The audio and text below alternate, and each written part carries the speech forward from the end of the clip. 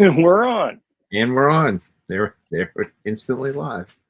Welcome back, everybody, to the Automotive Podcast. We should be expecting Mr. James pretty soon, but who knows? I don't know. We thought he was going to be here, but we'll see. That's all right. But we're here with all of our friends on the internet. So that's right. All 8 of them right now. So Sean, you looking forward to this weekend coming up? I am. I'm excited. I'll get to see you in person, so I'm excited about that. Yeah. Yeah, we haven't had a chance to hang out. Right. So for our viewers who may not be aware, so we're the Buckeye Scale Auto Classic. I don't remember what's it called. Hold on, I got a flyer right here.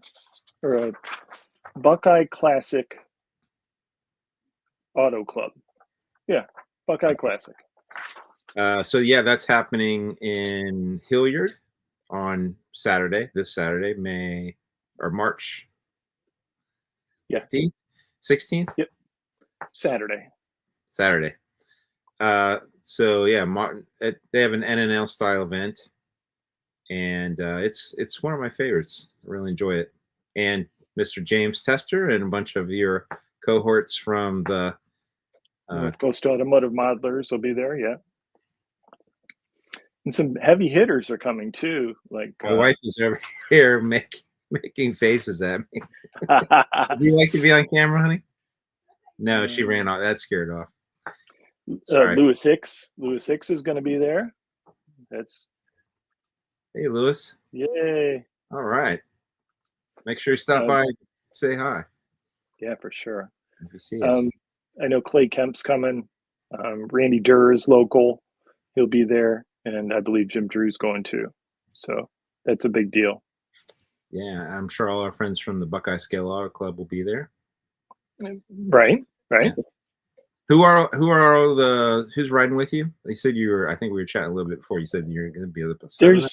I think there's 7 guys from my club going. So I'll hitch a ride with one of them. Nice. Mr. Steve Goldman, do you plan on seeing him too? Is he going to come? Yeah, he'll be there. Cool. Has he let you in on anything he might be bringing? Any sneak peeks?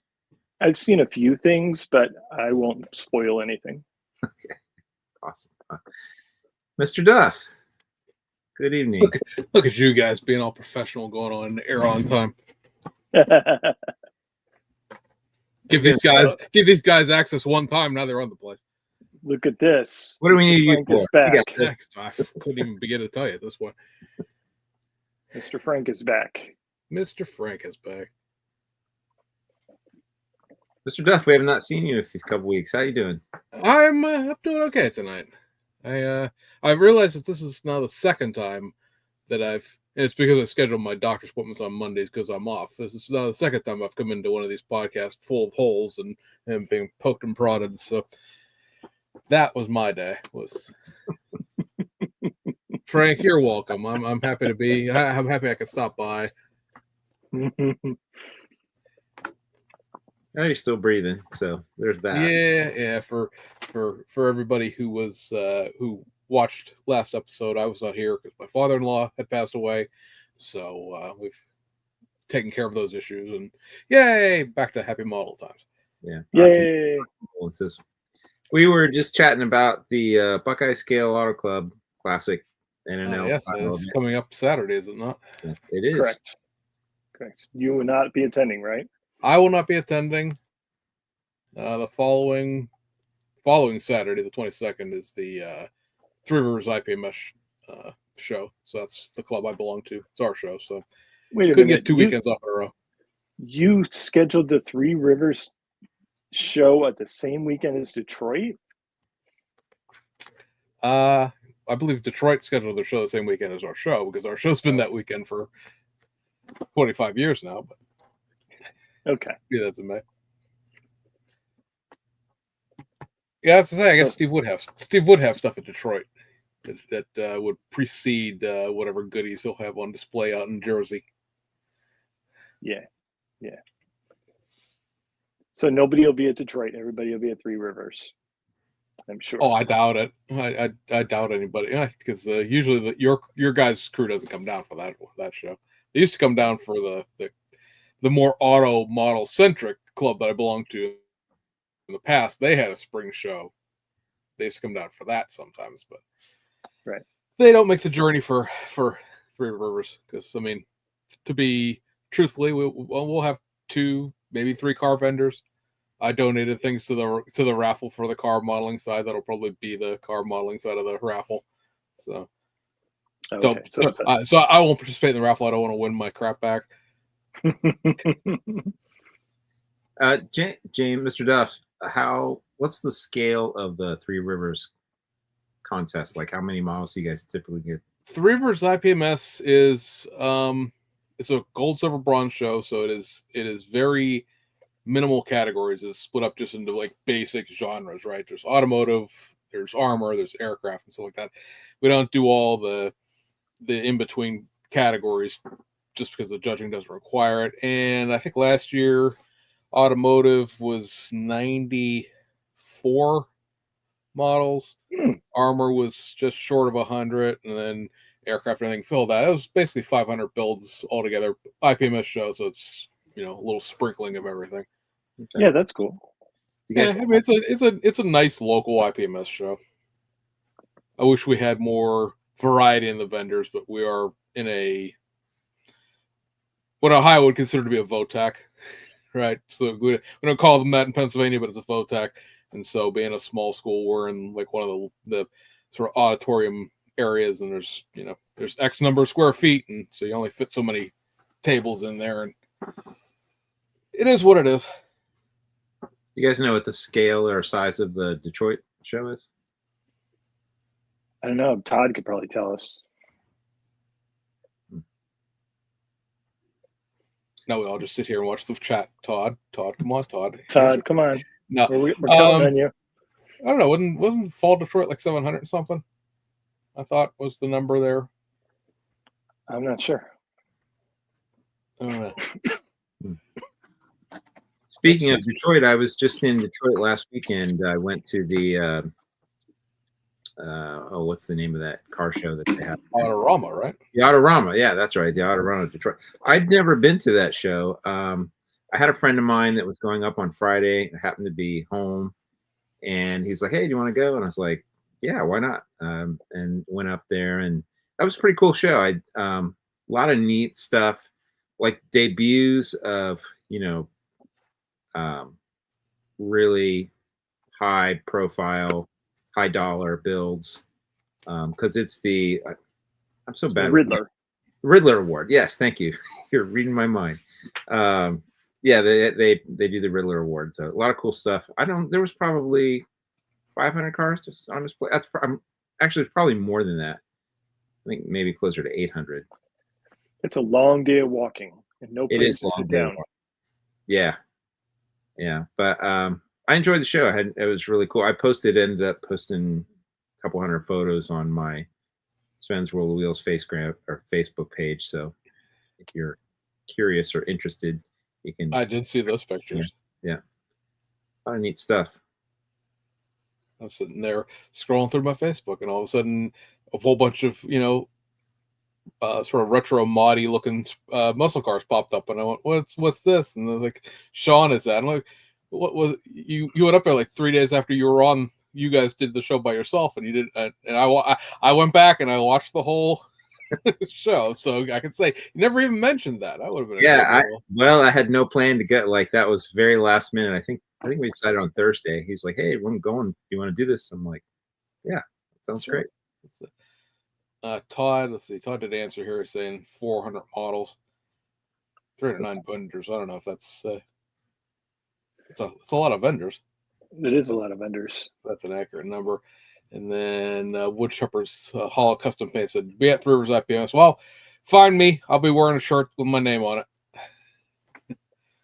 It's time.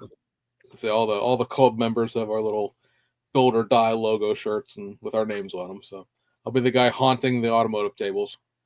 And if anybody's coming and wants to judge, most of my most of my judging crew this year, Brolin and his crew, they speaking of shows who scheduled stuff along, there's a show in Charleston, West Virginia. Usually it's in the summer, early fall, and I guess it is what it is with with venues, right? If the venue says this is the date we have available, you take the date they have available. So they're all going down there. So a good chunk of my folks are going to be elsewhere.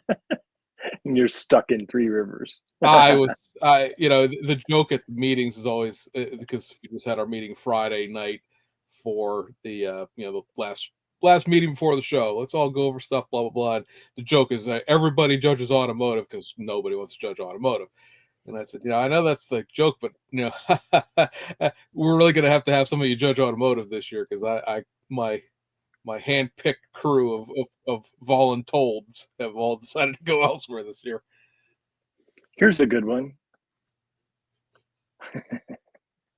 No, Frank, I'm not entering anything. It's my own contest. It's icky.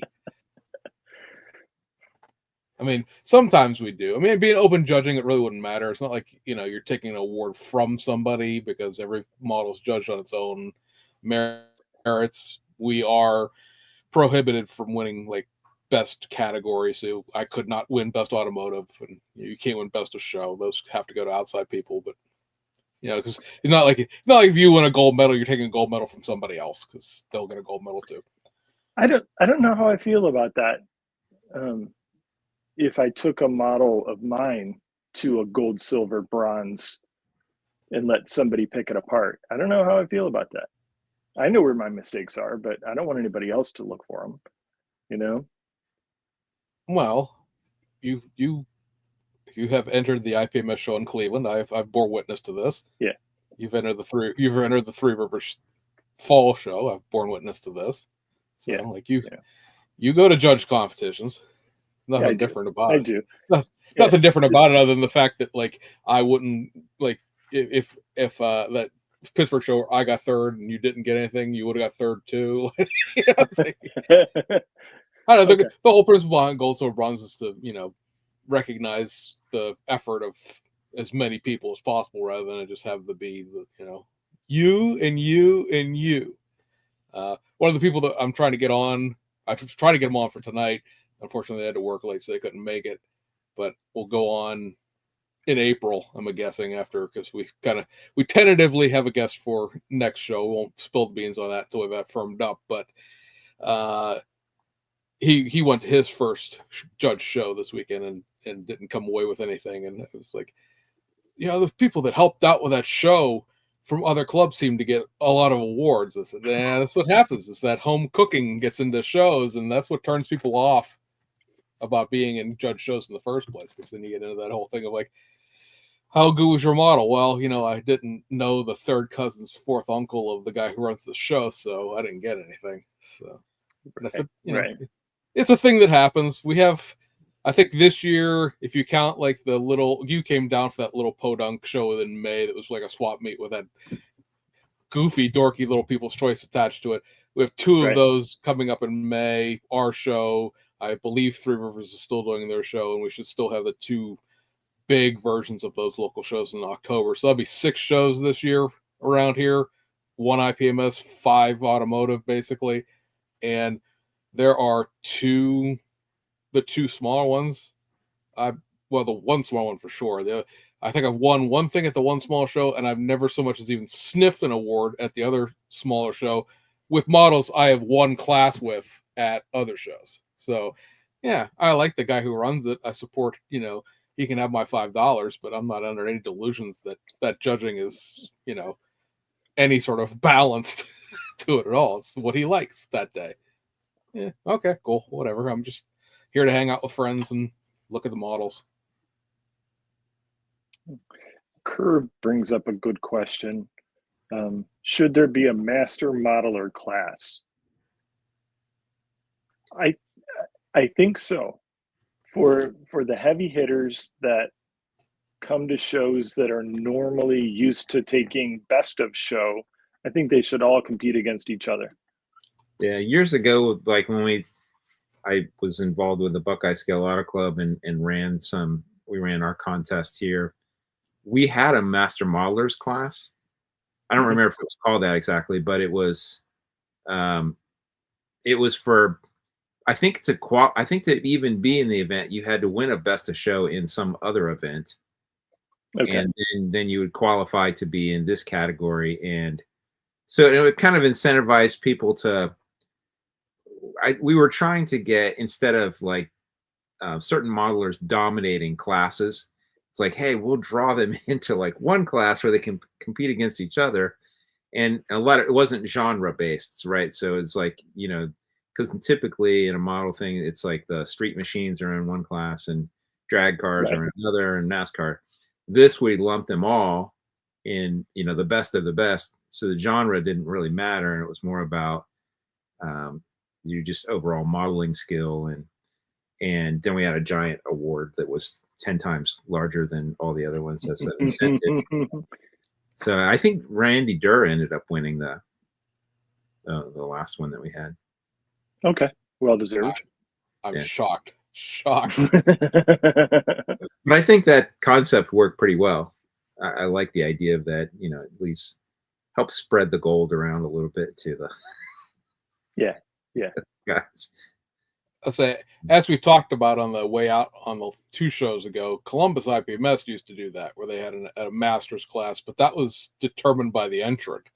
There was no guideline of okay. like what you needed to do to achieve into that master's category. You just volunteered yourself Right. YOLO into it. And then I do know that IPMS, some shows, Cleveland's one of them. We don't do it because we don't do first, second, third, but Cleveland's one of them, where if you have won a class, or especially best of show, obviously, but if you won a class at the nationals, I think, or at regionals, there is what they call the Ace of Aces, which is a table set aside for those models. Again, like Sean said, it's not genre specific. It's just whatever it was that won. So it's tanks and boats and planes and everything all on one big table. And it's all the people that have, placed at it, especially at the national level. And then they go after, a plaque at Cleveland. So who's best of the people who showed up that day there at that thing. And then AMPS, which is the Armor Modeling and Preservation Society. They have a beginner and like an advanced and a master's class, and it's a gold, silver, bronze type of show. Very neat judging system. I wonder if it would work at other shows.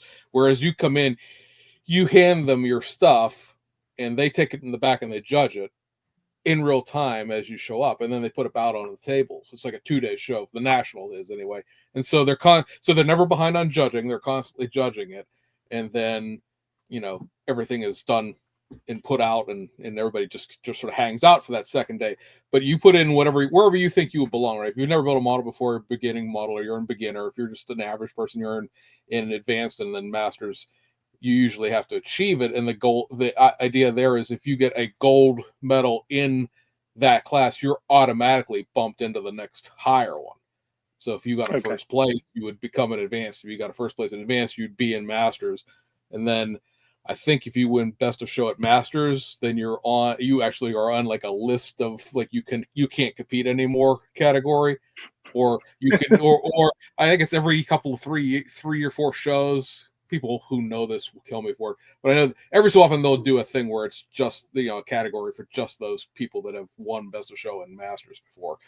But I'm not sure how car modelers, who tend to be a little retentive about their competition at times, and I think we've probably all seen that at a show somewhere along the line, would be told, if can you tell Randy, you're too good at this, you can bring it to display, but you can't compete anymore. I don't know maybe he wouldn't care at this point. I don't think he would.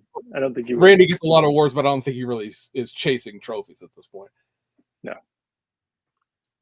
It's interesting you guys talking about judging contests. I'd love to know, James, Mr. Duff, because you have judged IPMS shows.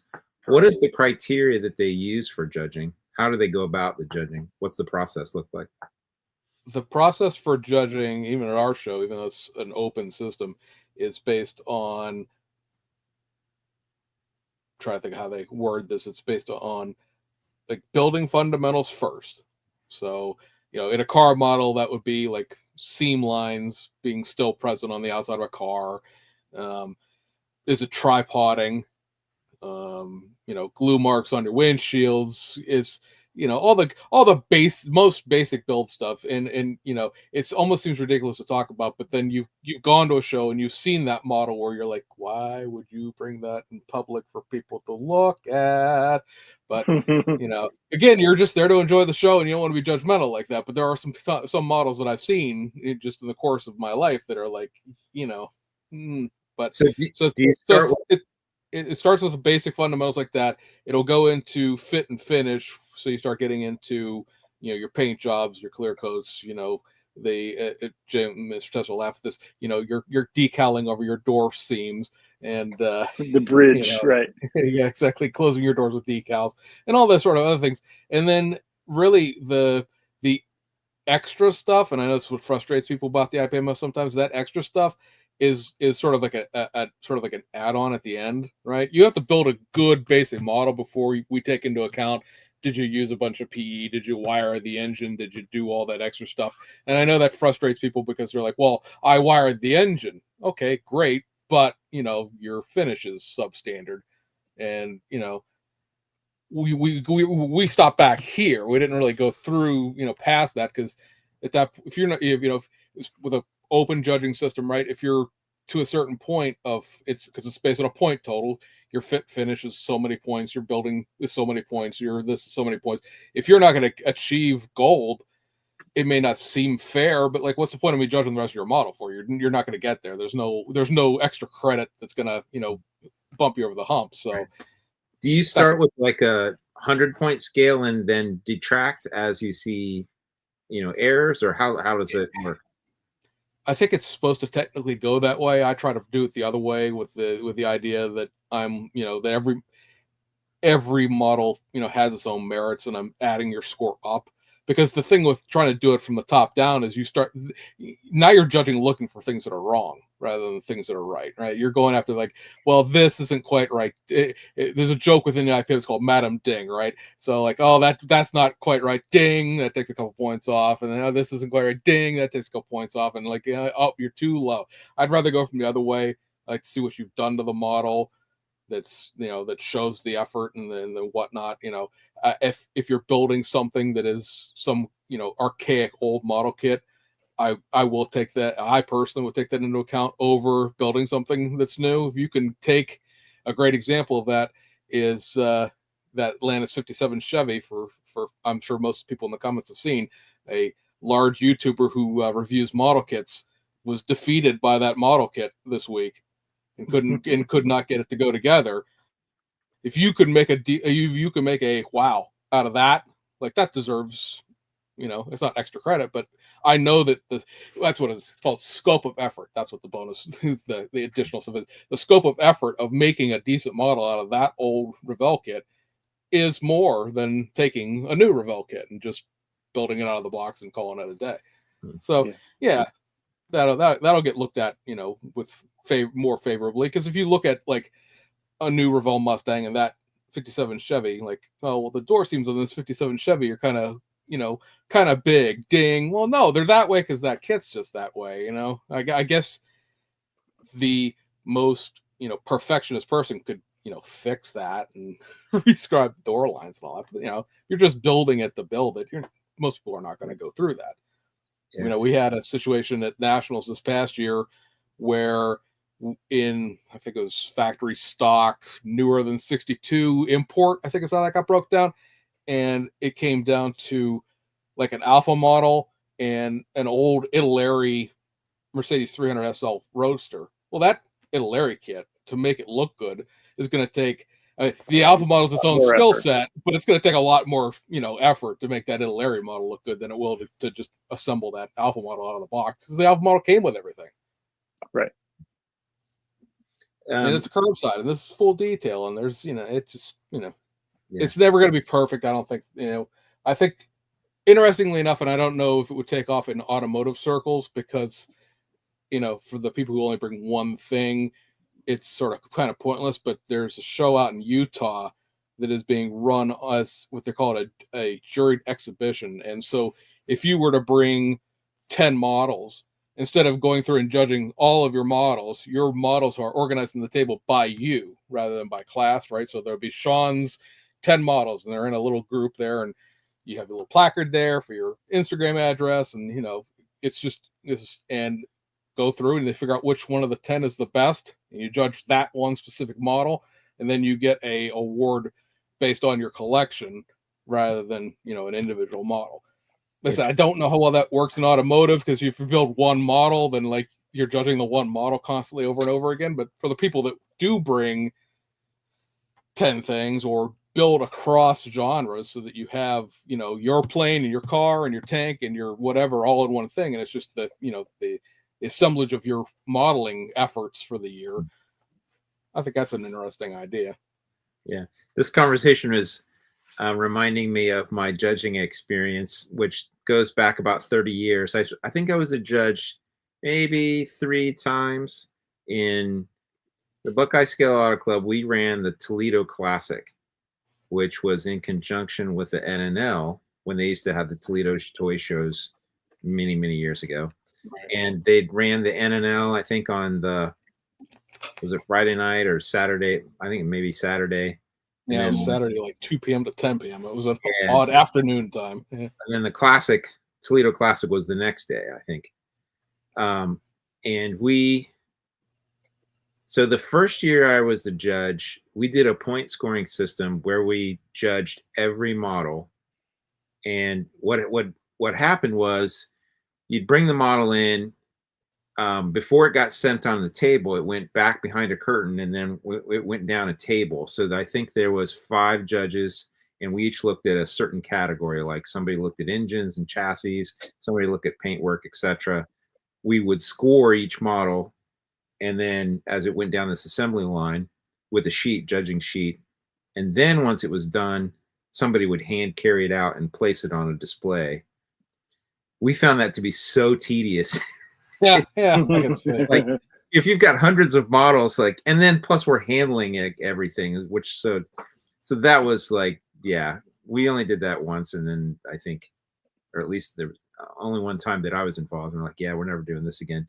So then we got a little bit smarter, and instead of trying to judge every model, what we did was, and because we didn't really want to handle stuff too, we were very nervous about that. Luckily, we never dropped or broke anything, but we had the modelers put models on the table, and then at a certain point in time, we closed the room, sent everybody out, judges went around, and instead of scoring everyone individually, we would kind of look together at a collection, like let's say muscle cars or whatever stock, replica stock, and we would then, as judges, say, let's pick out which we think are our top 10 best, based on series or criteria, and then we would judge those individually, and kind of have a discussion and come to consensus on what we thought our first, second place, third, what.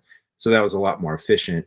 It wasn't, I don't know, I guess you could argue, I think there was some of the feedback we got was some modelers really liked that, getting that judging sheet, because they liked seeing the very specific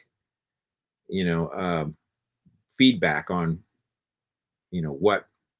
how it was scored, where they could have improved, but I think a lot of modelers also appreciated not having us handling their work, and then just moving through more efficiently at the time. So, but yeah, it was an interesting experience. Mr. Tester, have you ever judged any contests, or no? Nope, never have. It's interesting. It's interesting seeing it from the other side. I don't say I enjoyed it, but it was, a learning experience. One of the cool things about being the judge is you really got a chance to inspect every model, like at a very granular level that I might not have otherwise done if I was just, a casual viewer. Interesting. So we don't pick anything up. That is I don't even spin things to rotate it. However, it sits on the table, the 3 sides of it I can see, or what we're judging. If you want to, me to judge the bottom of it, put it on a mirror, because I'm not picking it up and holding it over my head to look at it. Yeah, we've taken a lot of liability with that approach. Yeah, it's no thing. I don't want anybody to do that to mine, and I don't want to do it to anybody else's. Right.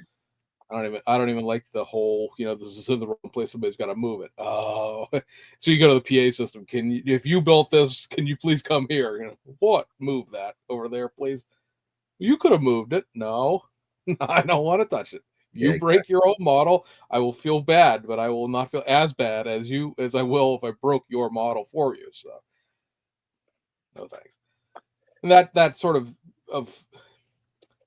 triaging is basically how you judge nationals, because even at a national level, there's just going to be models that because nationals, if you're there for the entire time, by the time judging comes around Friday night, you've been there Wednesday, Thursday, and Friday. You've looked at everything. You've seen it all at least in an informal enough way to be like, I know what's really good in this category, and I know what's, it's nice, but it's not, it's not here. It's not going to win. So you could do a little bit of that pruning ahead of time in your own mind, and it's just a matter of hopefully the other two people that you're judging with, because there's 3 people teams. In our show's 3 people teams too, but if the other 2 folks are like-minded, and you're not going to sit there and argue about some silly thing like, well, it's a very nice white Corvette. Yes, it is, but it doesn't have any panel lines at all. They're filled in, and they were not drawn back on. It's white. Like, the whole thing is a uniformly white color. Why am I having a conversation about this model? It's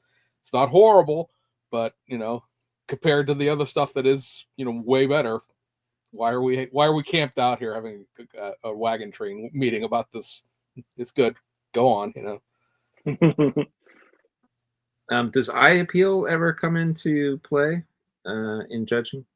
I think it probably does on a personal level, right? You're gonna, again, especially on a show like that where you're there for 3 days, there's gonna be things that are have caught your eye.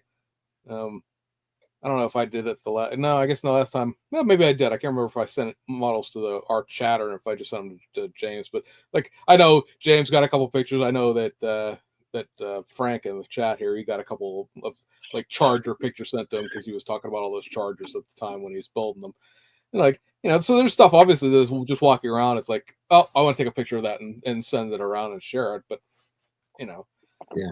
Is it supposed to, or am I supposed to be the impartial, soulless judge? Yeah, but I mean, in reality, you're gonna see stuff that you like, and right.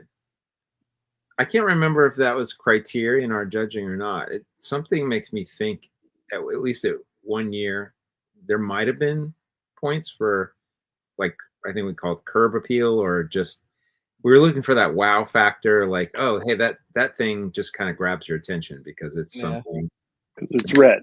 Cool, or yeah, I mean, I don't know, something that sort of makes it stick out, unique, they haven't seen before, and we saw that as a little bit of a leveler of competition, because sometimes it may have great eye appeal, but maybe the modeling techniques, maybe not quite as good as some, and so by maybe visual eye wow factor, sometimes you get a little bit of a boost or an equalizer. Yeah, and I can see where the IPMS frustrates car modelers, because there is a rule book and there are standards, and people see that as being too conformist. Man, I can't do my art in these rules, man. It's like, I appreciate that, but the alternative to that are the local shows with the home cooking, where it's just oh, I know Bob, and I know and he's a good builder, and I really like his pro stock gas R's, ha ha ha, and then he's walks out best of show for something that looks like a 12-year-old build it. And it's like there's definitely a happy medium between like rigid, no bend, and nothing at all. And I don't Three Rivers has usually been pretty good about that. I think that club had a fairly decent set of I don't know whether it was judging standards or whatever it was, but I've never been to that show and went, wow, really? Okay, that's what we're doing today. Okay, so, and I like those shows exist out there. I mean, everybody I've ever talked to about like Heartland Nationals out in Kansas, they seem to like that show. I guess the NNLs don't really judge, but like Toledo was always a good show. NNL West was always well thought of. Acme is well thought of. It's more of a top 10 than a judge show still, but there are the shows out there that are run very well. Although I always get a giggle because, of course, Acme is an IPMS club, but hey, oops. Somebody actually told me the other day, that's not an IPMS club. Really? Why is it Acme-IPMS at something.org then? I mean, IPMS is literally in the name of their email address. And so, say eye appeal is definitely subjective. Yeah, well, I mean, yes, it is, and that's why you have a team of judges instead of just having like one dude. The one dude judging team is always going to be a hootenanny because it's going to be very clear that what exactly that one guy really likes. And in a small show like that, that's what you get. So yeah, I remember having interesting discussions about what is wow factor and what constitutes good. But yeah, there was good. I always appreciated too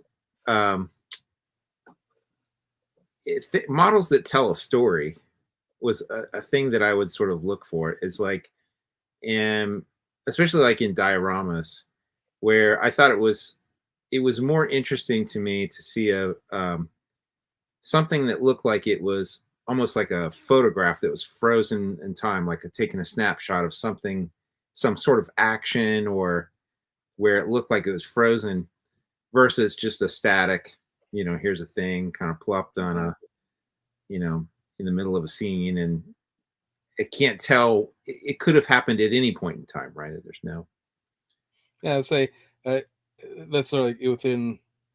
Well, IPMS, yes, but also AMPS and the figure shows exist out there. The big Chicago, Philly, DC figure shows. You have vignettes, which are that they're a picture. Could have been anything. Could have been anything. It's just a piece of something stuck in time. They have dioramas, and the whole point of a diorama is it has to tell a story. There has to be something going on with that isn't just two dudes pointing in distance, at nothing. So that's a story being told. There was recently, I follow a couple things on Instagram that are not necessarily car related, but model car or modeling related. There's a guy, I think it's Lasercraft or something like that.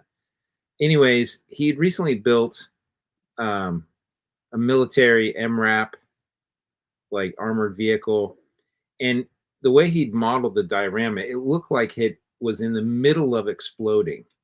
Like he'd separated all the parts, and he'd like cotton balls kind of stuffed inside, and then airbrushed it so it looked like it looked like a photograph had just been and frozen in time. It was really cool, and I just thought, there's kind of parts hanging out in space, and it's just I appreciated the storytelling aspect of the modeling. I thought it was really neat. That's cool. Yeah. I like to watch YouTube videos of our Japanese friends. Their contests, just amazing. Like everything on the whole table shines like a diamond. So, that's off the table of shiniest car.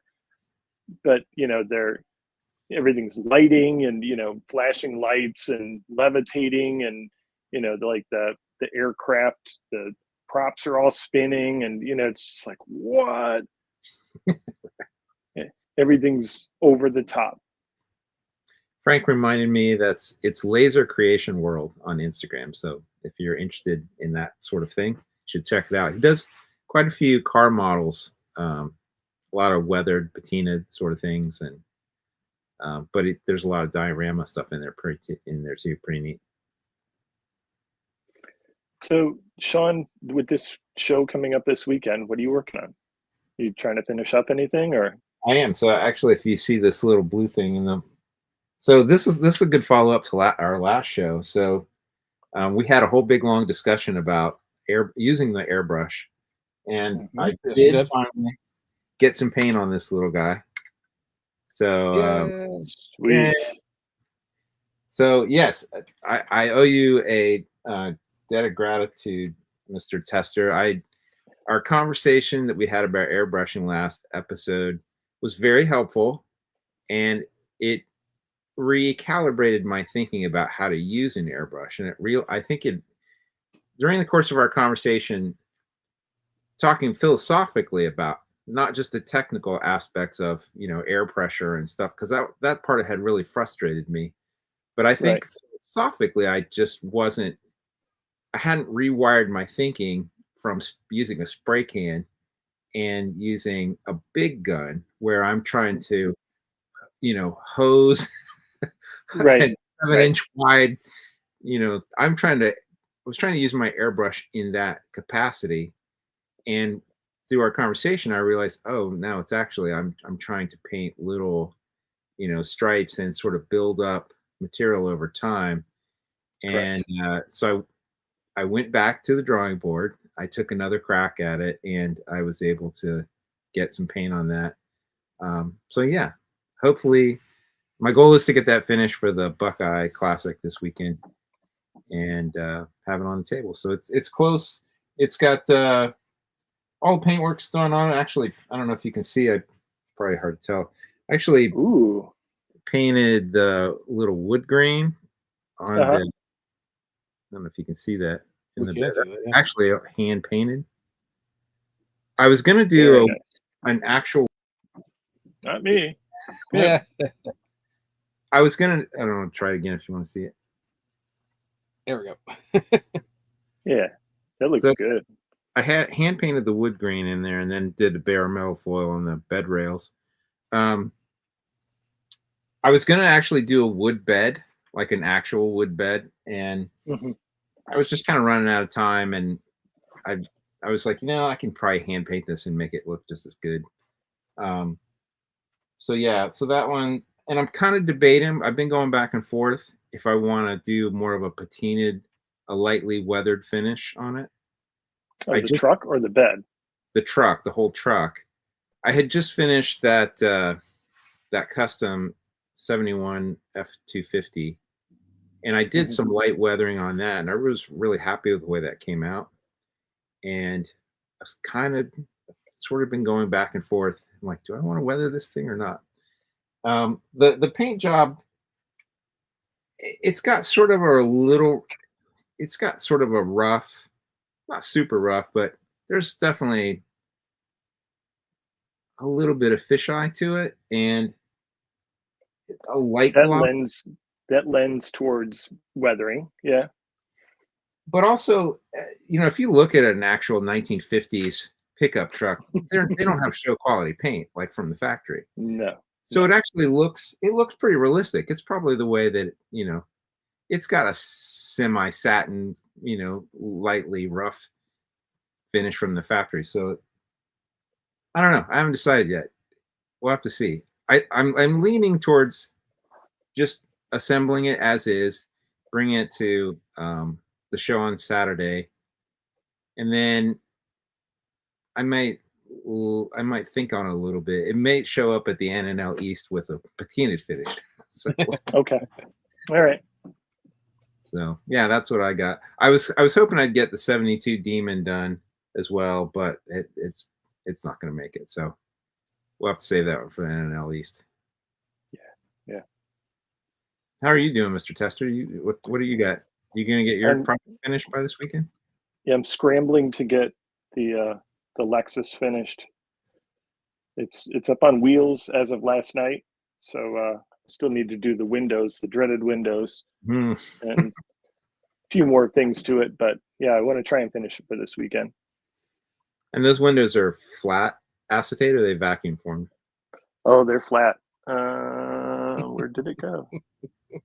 The joy Where of did it go? Oh, here it is. Here's all the windows. So what's your method for gluing those in? Do you just try to get one corner, or start way at one corner, get that set, then work your way across? Yes. Yeah. I have tried so many different ways of, double-sided tape, but it seems that if there's any flex to it at all, then it'll just pop right off. So I've tried to, apply glue all the way around and then stick it, and hold it with 5 fingers, and that doesn't work either.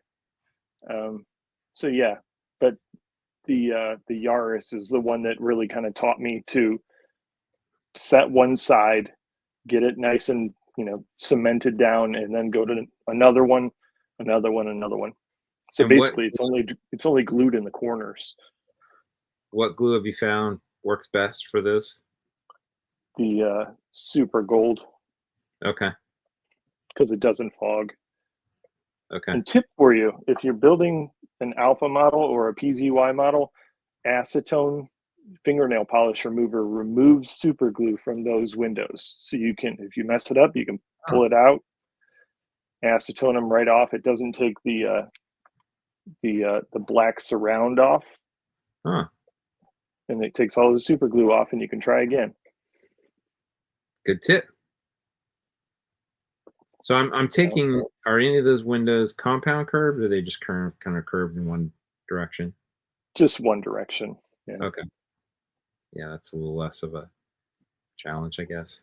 Still a challenge, but yeah. Yeah, so You still got to get the glue in the right place, and then not let it travel.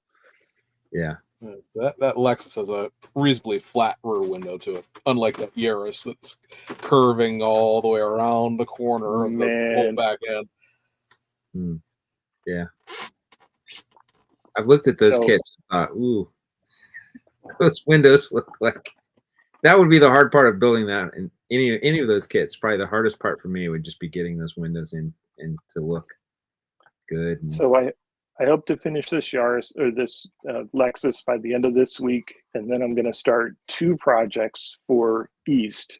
One's a super secret one from Olivizel, a 3D printed one, and then the other one is the BMW Z4 in white. nice. Yeah. So I want to try and finish 2 for East. I've got like 45 days, so I can do it. How about you, Mr. Duff? I'm sorry, I was just confirming that is a pretty flat window on the back. I hadn't actually opened this to look at it. Yeah, look at me. I'm buying stuff that I don't even bother looking at anymore. Oop, James, you got 45 days. Can you finish something for East?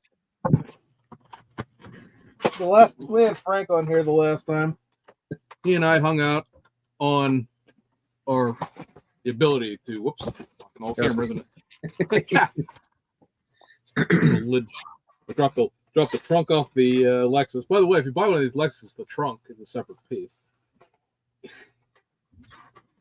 Oh, and now I left the exhaust on the top. Anyway, I talked to me and Frank hung out afterwards for a while because this platform that we use to stream on can just basically be used offline. You don't have to be online to use it. And so we hung out and we talked a while, and he had talked me into, and I'm blaming you for this, Frank, talked me into trying to do something for the Mobius Ford special little class thing there, because I only do have like 16 of those. And I took down, what is this? 66 4x4. Nice. And that's pretty much what I did with it. I took it down and I looked at it. So yeah, I have 45 days left. Now, will I get anything accomplished in those 45 days? Nah, probably not. But I mean, I do have a model down. Mr. Chester did pointed out the other day that I should find something that is almost done and finish it. Which, Yeah. Duh. So, Frank, you're talking about to put the windows in, use foil adhesive?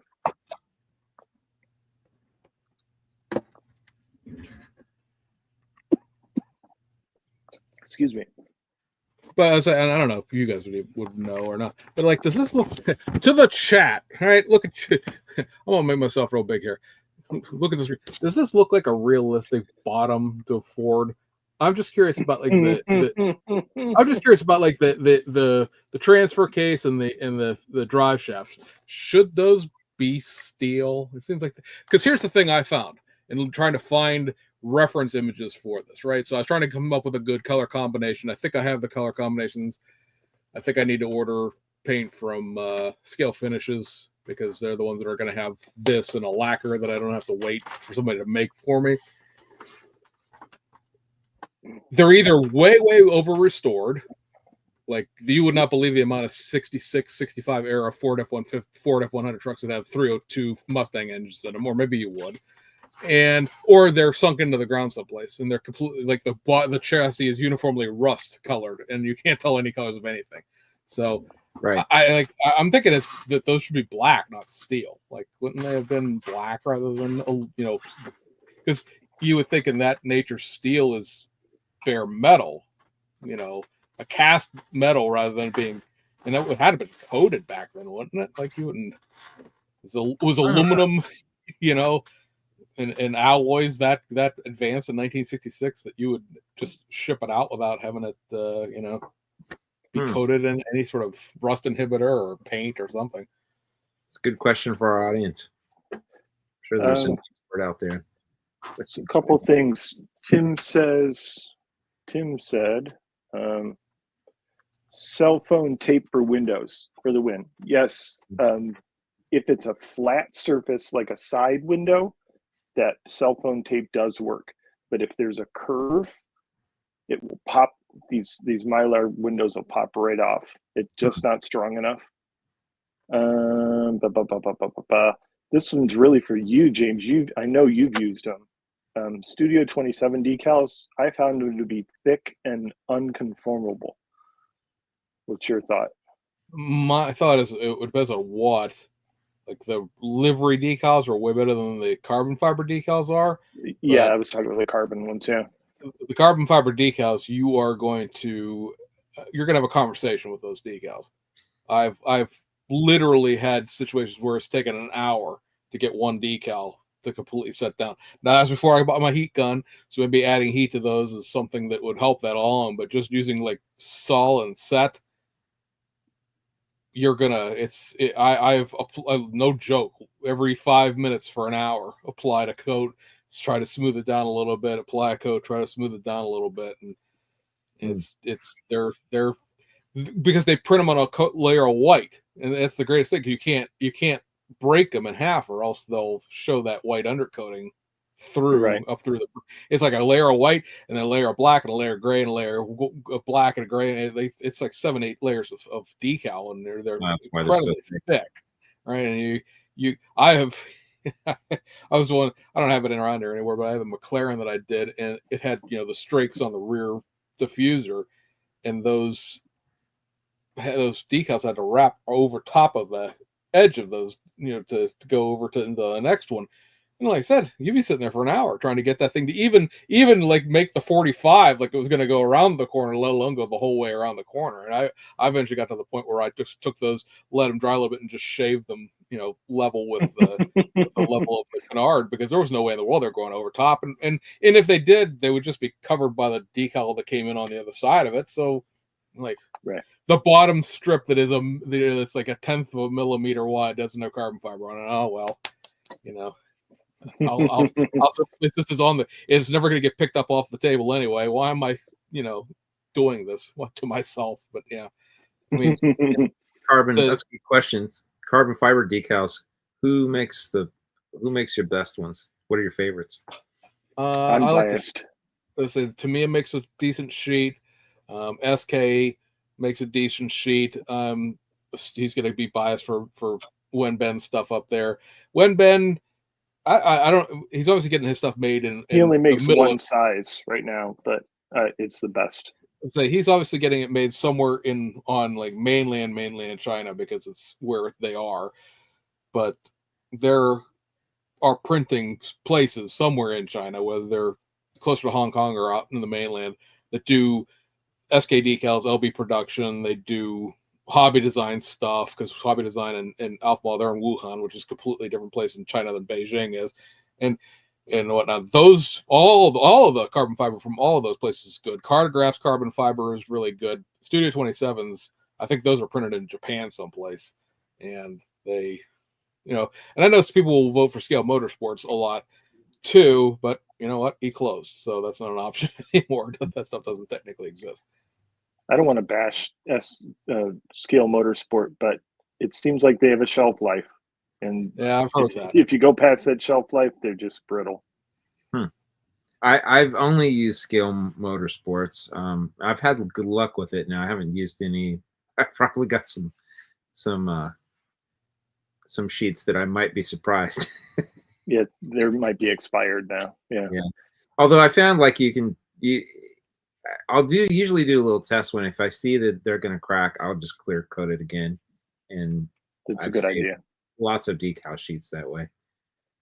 I've seen the suggestion of Zoom on in the chat. Yeah, Zoom on too. That's again, same printing place that the guys in Hong Kong are get their stuff done at. So, like, Right.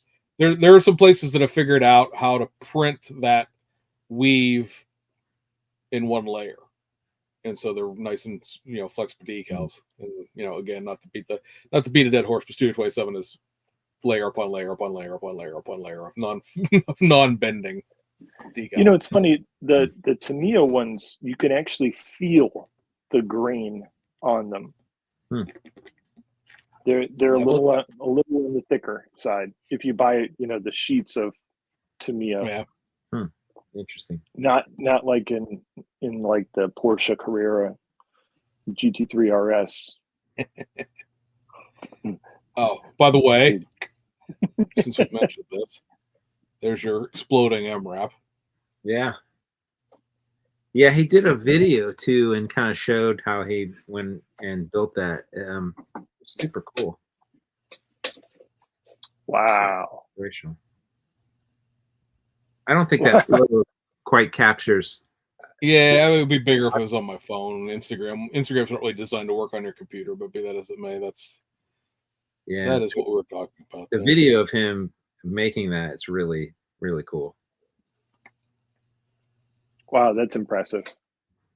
And let's see. Speaking of details too, Mr. Tester, I have to thank you again. So you've changed my philosophy for applying decals.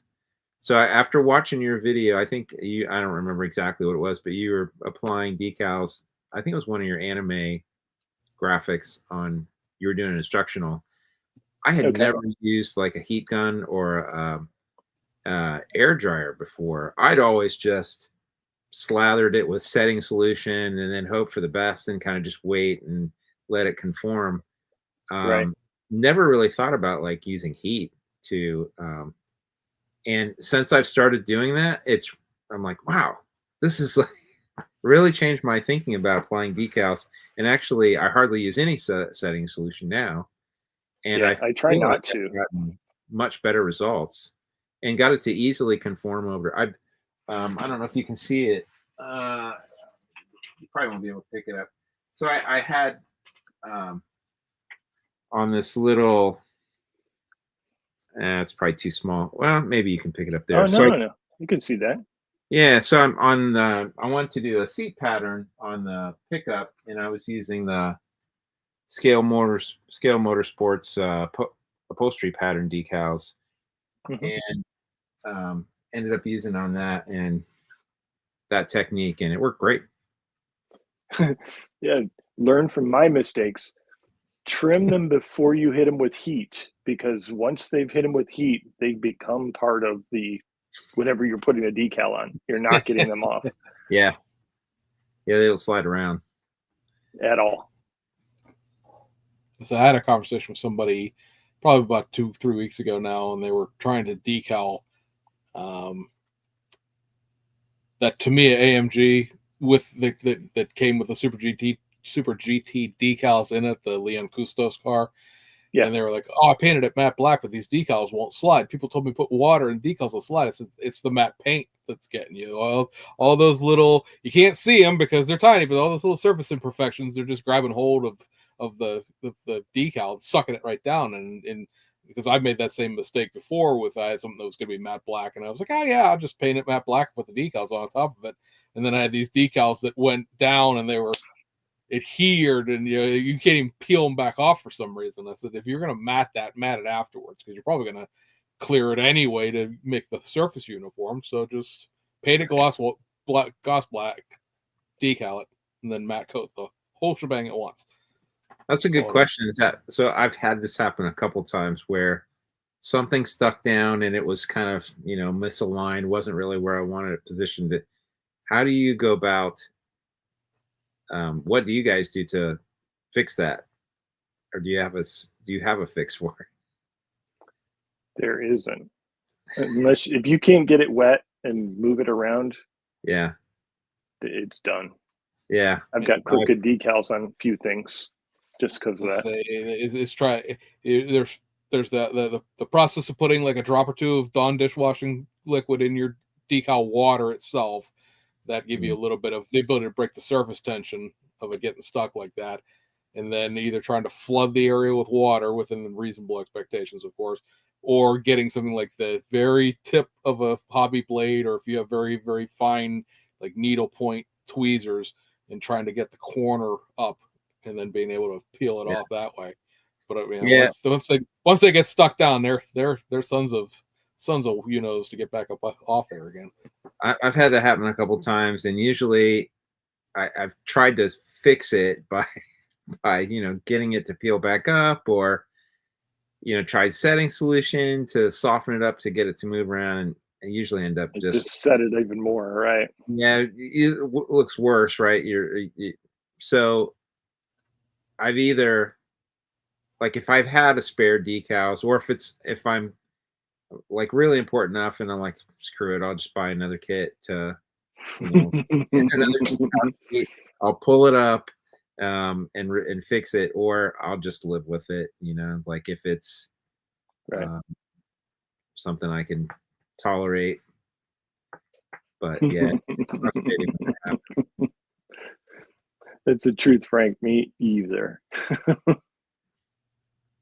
Usually, I'm usually pretty good about putting a lot of water down on the surface and getting a very, making sure before that it has a lot of, that it's slick. The decal itself is soft enough and it's going to move around even in my fingers. So, and I feel confident that it'll slide around on the surface before I, then drain the water out of it. But every once in a while, you just get something and it sticks before you get it really where you want it. Especially if it's like a long, I've had it happen where I've got a long, thin thing, and it's going to wiggle around a lot. So you got to take a lot of time to sort of position it, to sort of straighten it out and get it the way you want. Yep. Got a couple. I can plaster a whole car, decal it, but don't ask me to lay a pinstripe. I just can't do those. Yeah, challenging. I thought so. Let's see. We have a new fancy pants tool here, so let's try to see if it actually new tool works to discuss this. It's going to require me. It's require this to load. There we go. So this is now we can supposedly this makes these show up better to the audience. So we'll see or not. So this is the rack of Revell Doom that was just shown at the New York Toy Fair up in the Javits Center a few weeks ago. Now the question with this is I don't think I can make it bigger. And that's the thing. I can make it bigger this way, but I see that's not going to make it any larger. Can't zoom in.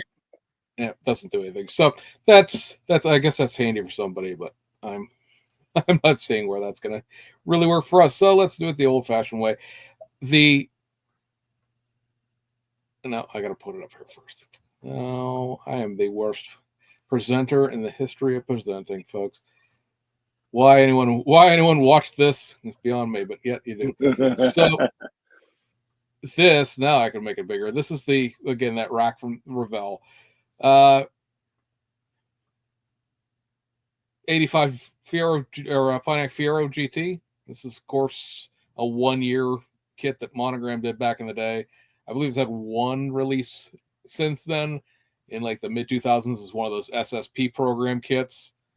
I was talking this over with a bunch of people. A bunch of people got this from me, and I looked at this list of things and was like, I don't know if I'd buy any of these. This Fiero is the second or third model kit I ever bought and built as a kid.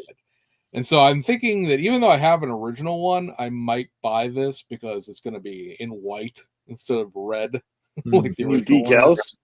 And new decals and all that happiness, but just the color, the fact that I don't have to paint it red or black or something like that. So I might. This over here is a 91 Chevy S10 Lowrider. Everyone freaked out because they saw 164th diecast up here and then literally didn't read the fact this is 125th plastic kit down here. They were so focused on this diecast. I wish I was kidding, but there's a whole sub-genre of people that were convinced that was it. Revell was no longer making model kits. They're only doing die-cast cars, and they're all going to be Hot Wheel size. Like, this is, for anybody who remembers, right? It's the Amigo packs. They did this back in the late 90s with a bunch of different things, right? They put a little 164 die-cast in with a whole bunch of the lowrider kits and a bunch of the hot rod kits. This lowrider had one release in 1999, and that was the last release of this kit, like before it was reissued recently as that weird Cyclone S10 mix mash, because they don't have the two-wheel drive suspension to it. People have said, oh, they found the two-wheel drive suspension. I don't know for sure, and I bet you I know who does know the answer. Steve, if you're still here, Mr. Courtney, did that S10 kit have a different suspension in it than the regular one did? Because I think the lowrider kit had a different lowrider suspension with all of everything being dropped and slammed than the regular two-wheel drive kit. Because if it did, that explains why they can reissue this and not have found the two-wheel drive suspension. So, Steve, if you're still here, yay, answer that. New kits. Just going back to the Fiero for a minute. So that's pretty. I'm actually kind of excited about that Fiero, although it's the wrong scale. It's in 1/24th. But if you compare that against the MPC Fiero, I always like the monogram one. I felt like it was much nicer and easier to build too. I'm curious. Onyx on? I'm sorry. Onyx can tell us. Onyx can tell us if he's on. He's like the Fiero god. He was in here. Yeah, he said yes, a new Fiero kit. Love that. I'm kind of curious about what tires are included in that, because it used to have Monogram put those Michelin TRX tires that were really only ever on the mid 80s Mustangs as a factory tire, but they put that on everything, and I wonder if it's still got that original tire in it, or if they've replaced it with something else. I don't know. That'll be interesting to see. It'll be unbranded, whatever. So yeah, 24 Ford Mustang. It says 2 build options. I'm curious. 69 parts, giggity. The question here, of course, will be whether or not there's any kind of engine in here. As I pointed out to several people, like there was the build and play kit, not the build play, but the pre-painted kits that came with a pre-painted body. Those kits were then reissued a second time unpainted, just as a raw kit. And the 2014 Mustang that was done in that series had like a 7-piece Coyote engine in it. It wasn't very much of an engine, but it did have an engine in it. 69 parts. That's like a Fujibi curbside number. So that's enough for there to be an engine in here, especially if you cheap out on like chassis components and don't make the interior really detailed. So be nice to see what that actually ends up being. Over here you have the much waited upon Lamborghini Revelto, or I've heard people pronounce this in a variety of different ways. I'm not sure which way is the right way. Sign me up for it. I don't even care what it looks like. I mean, and honestly, unless it's just an absolute dog breakfast of a kid, I'll buy one of those just for my Lamborghini stuff. We'll come back to the Captain Hook in a second. High Roller Chevy Love. I know we talked about this in our group chat. Last time this was reissued was 1981, so it's been a hot minute. I presume this will be made in the United States since the last Love was. I guess the rest of the High Roller chassis must be here too. Yes. I can't see him shipping the kit over to China just to mate it with his bottom. Yeah. My dad. I know a lot of people want this. A lot of people very, very interested. Yeah, I'm kind of actually. My dad had a Chevy Love truck. It was actually what I learned to drive stick shift on, and I don't know. It's kind of nostalgic. I think that kit's kind of cool. I think that this box art sells at much to a greater degree than the 81 box art that actually had the built model put on it. Yeah, I agree. Down at the bottom, you have the venerable 64 GTO. Of course, the old monogram kit. Looks like it's coming with the Street Machine parts that got added to it over the course of the years. Like 2 different engines and all that stuff. I just sold the SSP version of this that I got. I don't know. I like GTOs. I kind of like the 64 GTO. I would consider purchasing this because again it'd be white instead of red, but I don't know that I ever build it. I wonder why this got changed. They had box art done for this already. It matched the box art to the regular Corvette, but this is a different box art to it. And the CA convertible, which I guess, Mr. Tester, will you buy a convertible version of this? I already have the hardtop, and I might buy the convertible. I mean, the Because I hardtop's hardtop's a Targa, so technically already doesn't have a top to begin with. Right. And then anybody who follows Iceman Collections probably saw me ask the question about the Captain Hook here. And the question I had was because looking through the comments, and again, if you followed my channel for nearly 10 years now, I have my opinions about this stuff, but I've never ever once told anyone not to buy something. And there was a huge amount of excitement, especially about both of these, the High Roller and the Captain Hook. But if so many people, the Captain Hook, blah, blah, blah, blah, blah. Now, I know the Captain Hook is a real truck. It really existed. It's based on a real thing. But this is also the same snap-tight tow truck that's been released 8 or 10 times since 1981 when this was tooled up originally. I can't believe too many people have not realizing that's what this is, have not come across that and been, and as I put in there, faced the box contents at least once in their lifetime.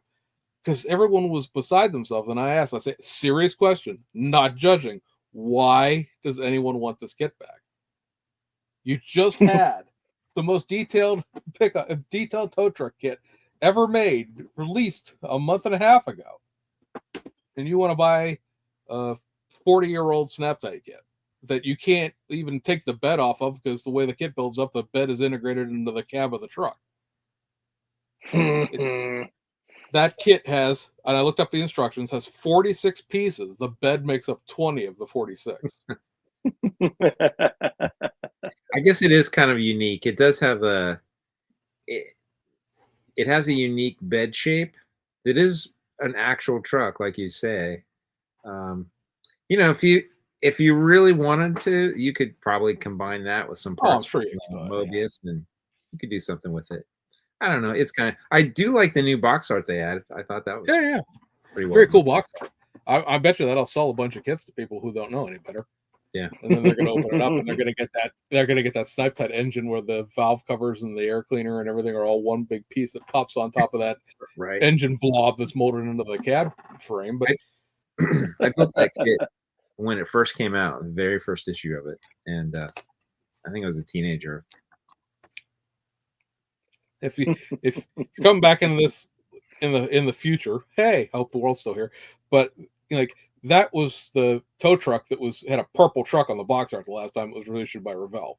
That same thing. So it has, along with a number of other Revell kits, magically lost its snap-tight label over the course of the years, even though it still is.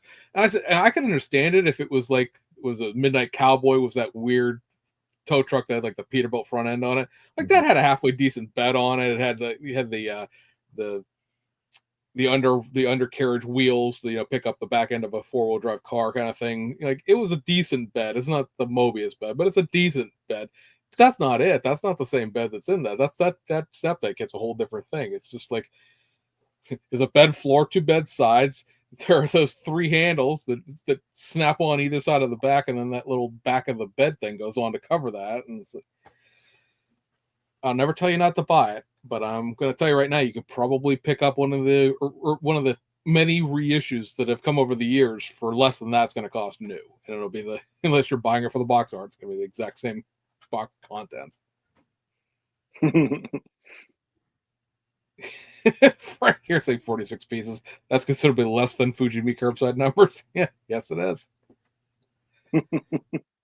Even the build and not the build. I keep calling them build plates. Even the pre-painted kits, which were intentionally decontented in the sense of what they were, because they were supposed to be for people who were new to the hobby. Hence, the body already being painted. All you had to do was paint the chassis, then in the interior, build the engine in it. Even those were 60 some odd pieces. that was a child's toy. That is what that tow truck is. But if you want to buy it, by all means. Onyx chimed in about our Fiero questions. Monogram's the better kit. The box has the pace car colors. Hopefully they'll include the pace car decals. The 84 was the pace car. 84, 85 are identical, basically, so it should work. Yeah, I think it was pearl white. I can't remember that now. I'm pretty sure someone makes the decals for the pace car. I'm thinking of different wheels, but I could be wrong. I can't remember. I have the 87 GT by MPC up there in the stack somewhere. Yeah, so that would be somebody had mentioned in one of the other. I think it might have been for Mega Hobby. Well, they should make the 80 Monogram should make the 87 one they had. Like, they didn't have one; they had an 85. You're thinking of the MPC kit. MPC is the one that made the big roundy round Fiero that came after the 80. I don't know. I kind of like the looks of the bigger Fiero. I mean, it's not that much bigger, but it's bulkier looking than the original one. But there's again something about the original Fiero that was just a horrible collaboration of the parts bin a GM made into a car. I mean, I had an S10 as it was my first car out of high school. I know what an Iron Duke is and how powerful a car that makes the thing. Yeah.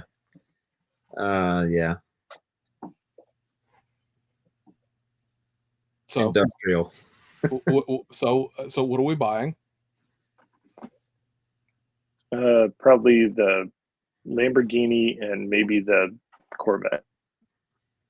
I'd pick up one of the new Mustangs for sure, and I'd pick up the Chevy Love out of nostalgia.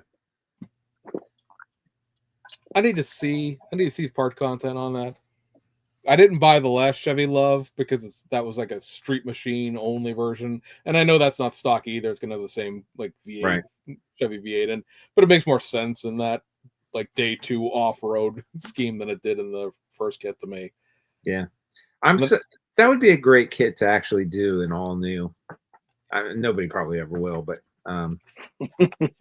if one of the Japanese manufacturers, did a little Isuzu pickup, and it seems like that would be a cool thing to do. That and the old past Hasegawa. Hasegawa would do that. The old Mazda B2000.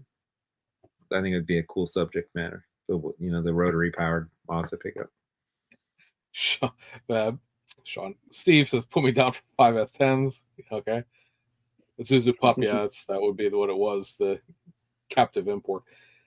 It's that not having a factory stock component really is one of the only mini trucks that doesn't, because I guess that's always been an AMT kit, right? The D50, the Ram D50, the little captive Mitsubishi, and then that's the Isuzu. AMT also made the Ford Courier, which is the Mazda. So, and you could build the Dodge and the Ford as like factory stock, like 4-banger. So that Isuzu is the one that's missing the engine. Yeah. And it's the scale on it. I don't even think it's accurate to 1/25th scale. It feels big, as my memory serves. I remember building the street version because my dad had one, so I sort of built one that was loosely. At least it was the same color as his. It was missing. There's a step side version of that kit too that floats around. Wonder if we'll end up eventually seeing that in the end of the by the time it'll fold out. Onyx here saying that giving the engine specs on the later cars. Yeah, Onyx, I know that the cars got better over time, but I'm just saying that original. There's something about the original Fiero. It has a certain nice boxiness to it. If that's a makes sense that the fat car doesn't have, but the fat car was obviously the better performing car. Let me go look now. Got me wondering. No. James forgets what's in his stash. His closet's going to talk to him. Listen closer. The memory serves me. They got the Fiero good on the last year before they killed it. And then they killed it. Yeah. Had a decent motor. Got some decent suspension in it. I think it had a 5-speed at one point. This is the one I have. Got replaced the Chevette. I think it's an 88, right? Yeah. I think I don't know. Might have been the last year for that. They made the older body style, and then it was an annual, so they made it into the newer one, right. And then they did 2 years of the newer one. I think they did an 87 and 88. Yeah. I think I bought that one on You clearly somewhere along Onyx's. the lines have lost the banding that went around those. Yeah, I think Onyx talked me into buying this one. Molded in Does that, white. does that have the cool wide body kit in it, James? I believe it does. I believe it does. Because I've got one of Molded those in kits, white. and I've always had an Big idea fat to tires.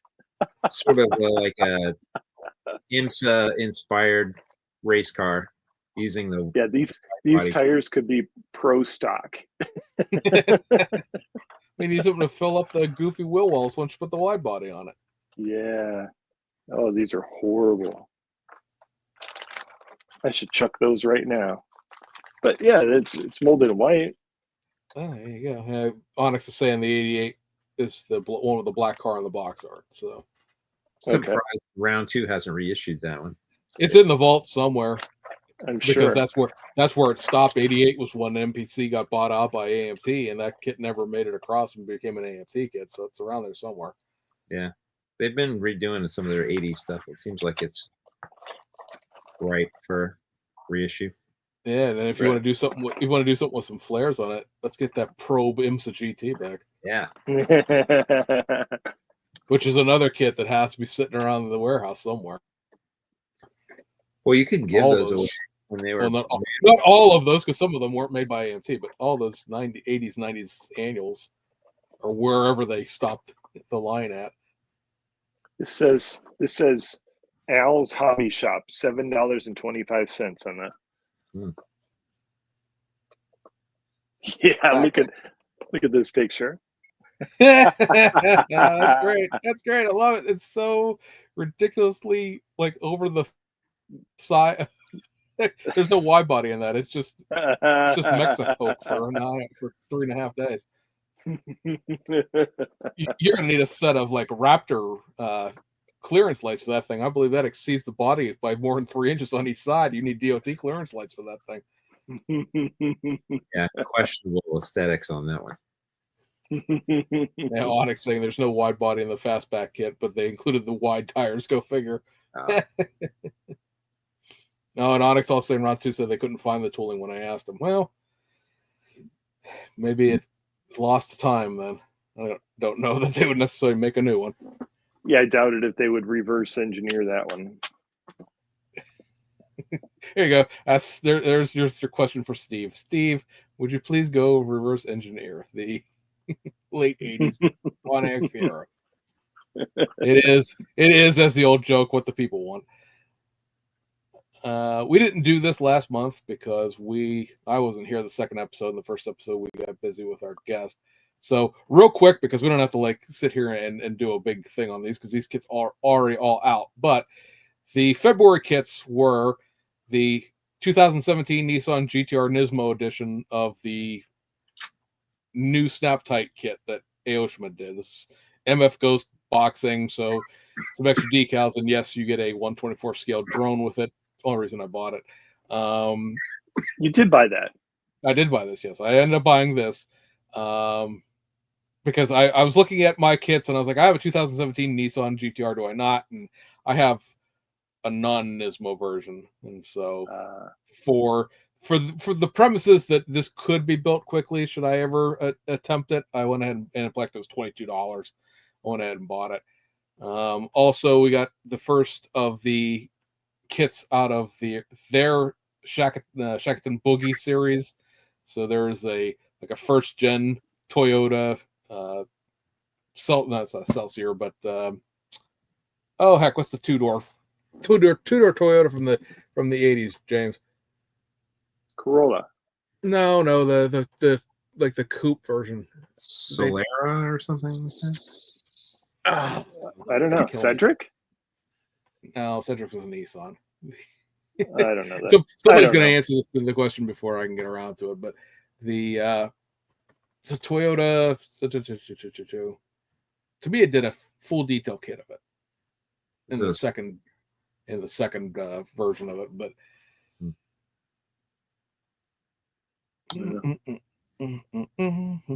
it is a Soar. There we go. Soar. Da-da-da-da, wah. Anyway, so this Soar is real basic 80s Aoshima kit, meaning it's a motorized kit. And they also released their 240Z in the series as well. This is the one that they've sold a whole bunch of times. It has the fender flares and all the stuff built into it already. Again, this one's actually an old IMA kit, so motorized kit. They reissued their ER34 Skylines. This boxing has the ability to build both the 91 and the 93. I think this is. Let me make sure it's the 98 and it's the other one, 2002, 2001, 98 and 2001. 98 on top, 2001 on the bottom. Basically, the front fascias are the difference between these two. I think there's a slightly different rear fascia on the later one. The 2001 also has different ground effects.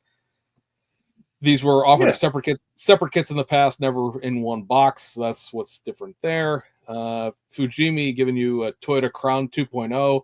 This comes with a set of wire wheels. They're the most convoluted wire rims I've ever seen in my entire life, in the sense that they are a bottom, a top, and then like two very thin rings of, and they are not wire rim thick, two very thin wafers, a very big fat chrome, like in a star pattern, that you all sandwich together into a wire wheel. Your mileage may vary as to what that ends up looking at. This also is a high society thing, so it has the stupid bubblegum sides and the chrome plating for your wheel wells and all the rest of that goofy nonsense. They're reissuing their B&R 32 Nissan Skyline GTR Nismo. It is the 40th anniversary of Nismo this year, and you're going to see this come up a bunch of times over the course of the next couple months. It comes with this display case, which is flat packed. As you might notice here, there are tongue and groove joining to get this thing go together. I don't know how airtight that would necessarily be against dust. It does have a little plaque in it for the 40th anniversary of Nismo in it. But I want to know, where do I buy this Fujimi Lamborghini Miura? Because that's not a thing that exists in real life. Why did they pick that of all things to put in that case? Reissue of the Mazda RX-8 in the GTW wing series. So you get two big goofy wings thrown in here that don't come in this kit normally. I couldn't tell you the last time the RX-8 was in the catalog. It's been a while. I had one of these one time, and I was kind of like, to be different, I was going to build this because the RX-8 sort of like that looked down upon redheaded stepchild of the RX-7. But the door panels in this kit are piss on a plate flat. They have no detail to them at all. They're just sides of the interior tub. And I went, oh, that's tragic. And then I sold it. Hasegawa, another reissue of their late gen Mini Coopers. This has a new stick shift and new map pockets for the doors, because that's what makes a 40th anniversary limited edition. And so there's that. Reissue of their C110 generation Nissan Skylines. This is a 72 2000 GT. This little centerpiece for the hubcap is new, and that's what makes it different.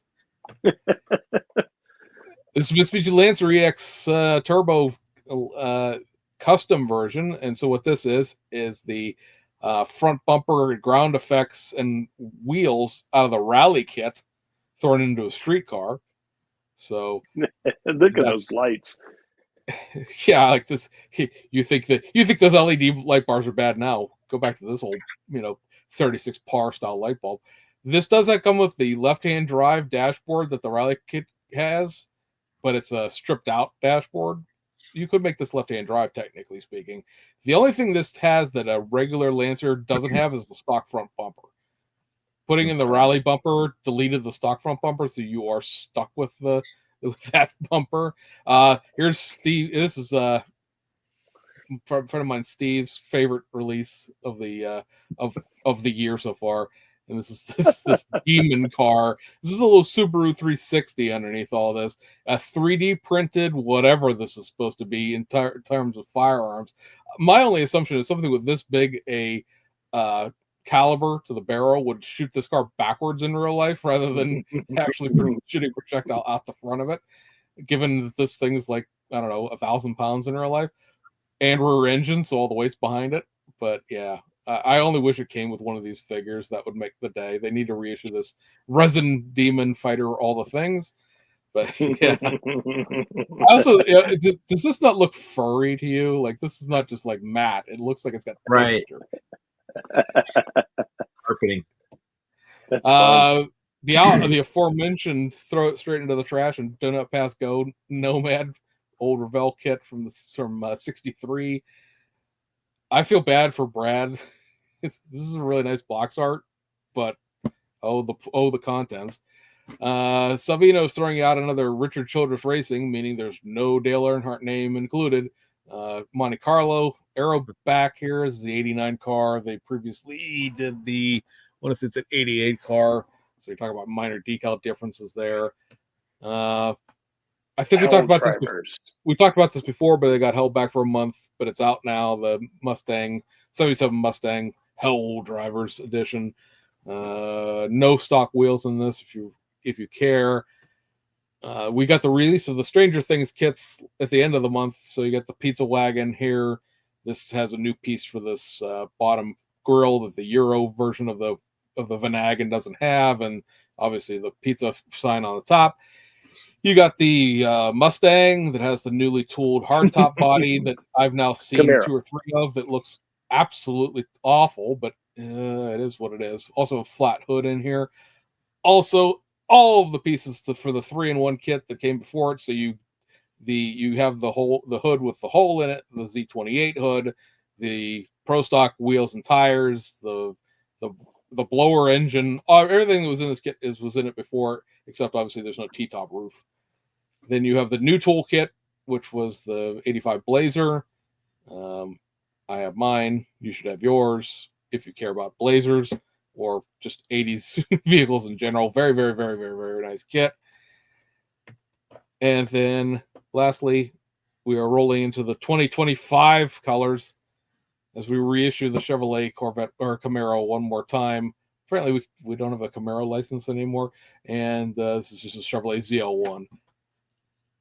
And this is Chase Elliott's primary colors for this year. So, hey, going back to the Stranger Things kits for a moment. So they announced that there's going to be a 4th kit. Do we know what is going to be the 4th new tool in that series?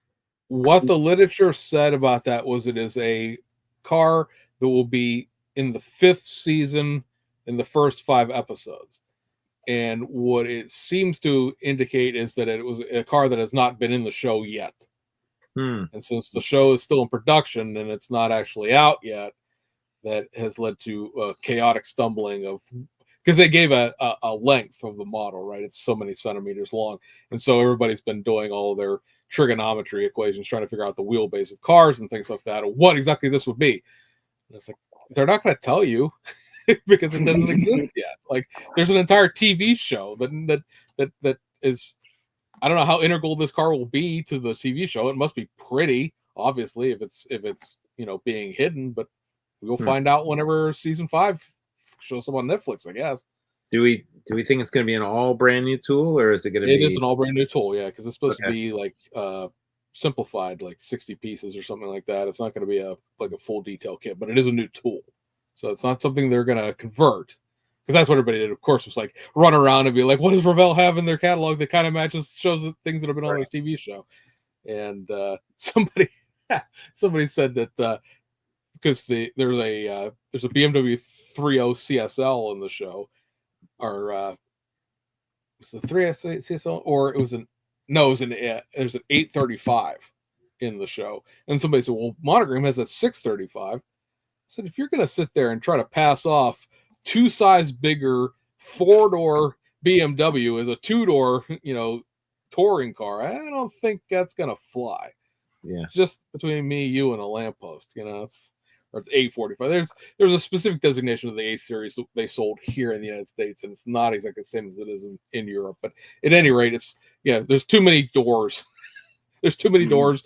The A35 or 845 is 6 feet longer bumper to bumper than the 635 is, so it's like not even like randomly close to the same length. So what year is that show set in? So I know it's 80s, but Do we know the specific? I don't know exactly when. I gotta be honest, I've never seen an episode of the show. I didn't buy the Blazer. Me The either. show. I bought the Blazer because it's a Blazer. Right. I And watched. so it's so many of those square box Chevys have been such bad kits, you know. Snap tights, they're that weird street custom thing that came out a few months ago. Yeah, no, I haven't picked up the Blazer yet, but it's definitely on my to buy list. And it sounds like they're going to come out with a GMC version of that. I'm assuming with other trim and probably the rally wheels and.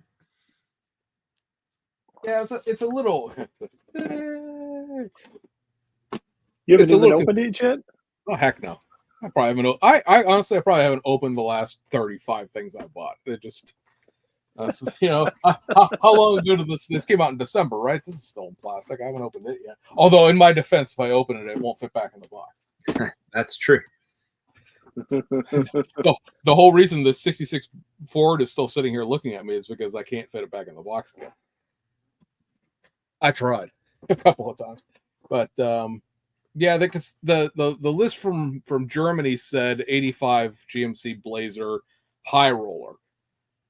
Well, the high roller wasn't an 85; it was like a 78 Blazer. So, is it just like a jacked up version of the? It's a new tool based on this, and then we got the US stuff here, and it has that Love high roller on it. So, was that what they meant? Because at this point, Germany and the United States are still sort of operating like they always have, kind of separately, right? Like the Revolto is a rebox of the German kit, but we're not going to get a rebox of that new Lint tractor or whatever it is that they were making.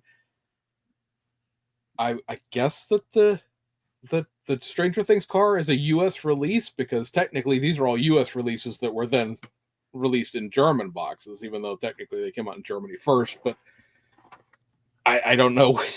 It's trying to follow product numbers and which ones are U.S. numbers and which ones are Germany's numbers, and they're still doing, like I said, two separate release lists because several of those kits that we just went over there, they're not being reissued in Germany. They're not reissuing the Fiero in Germany. They're not reissuing the Cap and Hook in Germany. So it's a matter of trying to figure out who's in control of what tooling at this point. Because at this point, as it stands at this moment, maybe Ed will have something at Jersey. The only like new tool, if you want to call them that, U.S. kits that we know about would be this Stranger Things kit that we don't know anything about, and the Mustang, I guess, but that was announced in Germany, not here. And then the Corvette convertible, which we already knew about because last year that the whole kit caboodle of all the parts were shown by Revell. So that's not exactly a new release by any stretch. So it's nice, I guess. Nice to see we'll get the Revelto here, but the way Germany boxes those kits versus the U.S. does, I have too many warped U.S. box Ferraris that I don't know that I necessarily would buy the U.S. boxing of that kit. Oh, right. Regardless, right. So the California, right? Yeah. Well, all of them. I have. What did I buy? I think it was the SA Aperta when they did the 599 GTO and the SA Aperta kits. Right. I bought the SA Aperta kit here in the United States, and I got a hood that looked like a taco shell. And then I bought the Revell Germany one, and then the hood fits fine. Like it even fits the US kit because for some reason the Revell of Germany kit version of that, the body and the hood were molded in gray. We got them in white, so like if you take the gray hood and put it in the white body, it fits. So I don't know why the US kits always will warp like that, but eventually I got to the point where I stopped buying Ferraris in US boxes. I'll pay the extra, $10 to get a kit that I can resell it in an estate sale rather than one that somebody's going to buy at the estate sale and then come back and attack my wife. You sold me this kit and it looks like it's rolled up fruit roll up. Taco. The hood was literally it was curved in the middle down on both sides. It looked like somebody had set it over like a curling iron or something, and I had no idea why it was warped like that. It wasn't stuck in the corner of the box or anything. It just came straight out of the box like that, and it's like, how? Why? I don't even know how that happened. Yeah, not to change the topic, but I have a hot topic that'd be interesting to discuss. And it just kind of occurred to me. So when I was in Detroit, we were actually looking at the Mobius kit. Somebody had a brand new one, and I got to ask a question. How come they don't make that kit? Well, they asked where it was made, and I was like, yeah, it's done in China. Like, all the Mobius stuff is all produced over there. And somebody asked me, I was like, well, why aren't they making that stuff in America? Good question. And in light of the new tariffs that our government is choosing to possibly implement, which will it's going to affect the model industry for sure, right? Because very little is actually produced here in the United States. You've got Silvino's, I think they do some stuff here. And all their then, stuff is manufactured here, but the tooling is done in China and it's shipped back here to be done. So the production's here, but their stuff's made there. And Atlantis, right? I think they're tooling some stuff here. Yeah. Or they're not tooling, but their stuff's all here. So if the big manufacturers, Round 2 and Revell, if they wanted to, how difficult would that be for them to start production back here in the United States? Is that even possible? I think the question will become what the costs would be versus whatever the cost will be with those tariffs. Because you look at a Salvino's kit, you're talking about a $55 model kit at this point. That's where their prices are. Now they're also doing low volume niche subject matter. They, their kits are 1,500 piece runs, which may be 10,000 Camaros by the time you get to the end of the year with all the various boxings they do of them. But they said their tooling is done in China and then it's sent back here, and then they have a third party provider out there that makes the kits in Corona. Round 2's U.S. tooling bank, as far as I know, which may not mean anything, is some really, really old stuff that never got sent, sort of like Revell's was. And then all the stuff that is from like the Craft House era of Lindbergh, because that stuff was done at, Kahaska Plastics up there in Michigan. And that stuff was tooled there and it never left there. It's always been there. When Lindbergh had it, when Jay Lloyd had it, when now Round 2 has it, because if you ever look at some of those Lindbergh releases, they'll say, made in the USA, and the box will say, made in Michigan. You'd have to find somebody who can run the tooling, and then you probably still have to have it made there. I don't know that there's necessarily, not the expert in injection molding or tool and die, but there's just the reason why it's done there is because the expertise is there. All that stuff got packed up and left 98, almost 30 years ago. And now, much like 4-color printing, right? All of the boxes come out of China because that's the best place you can get 4-color printing done. Yeah. I know the other challenge is chrome plating. There's a lot of injection molders around it, but not every facility also has chrome plating to plate the parts.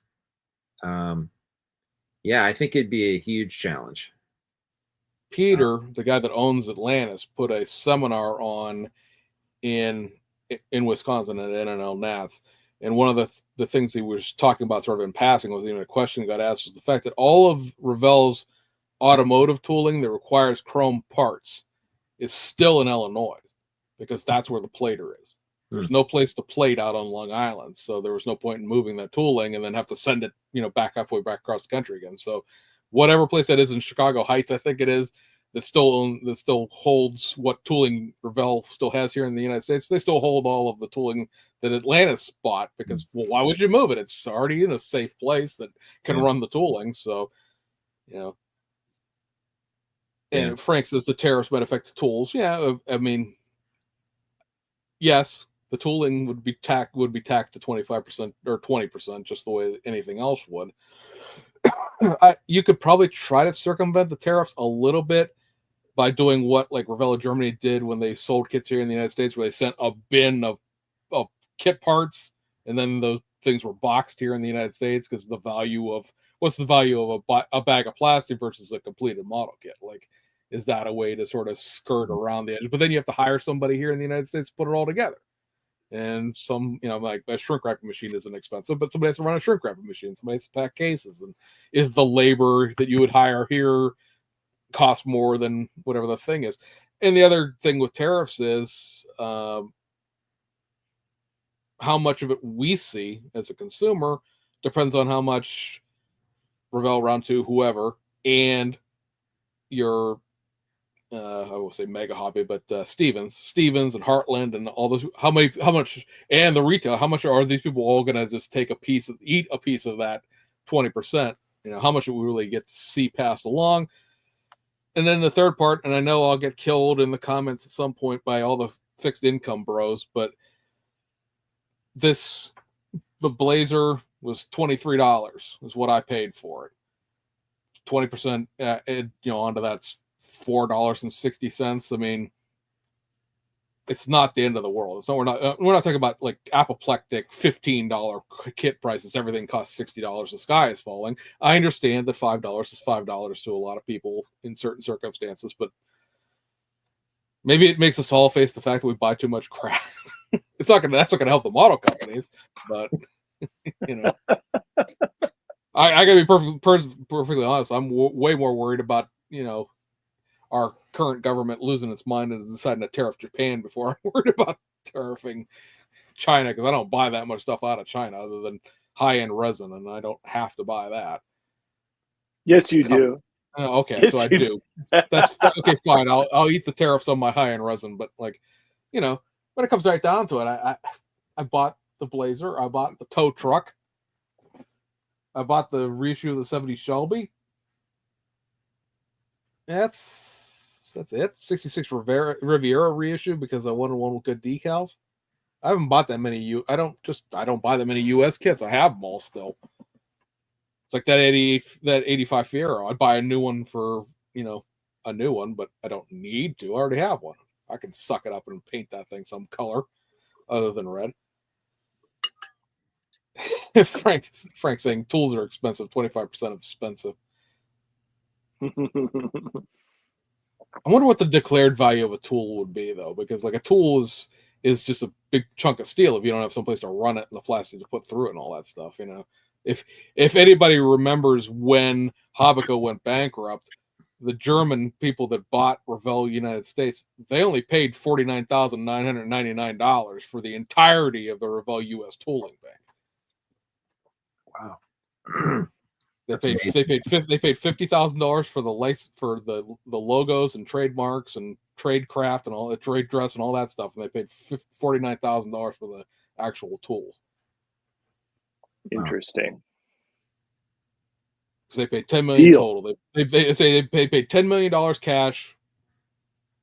$6 million of that was for Revell of Germany, because a lot of people don't remember that Revell of Germany is like Tamiya. They make paint and tools and RC and toys and puzzles and all. They're a huge company in Europe.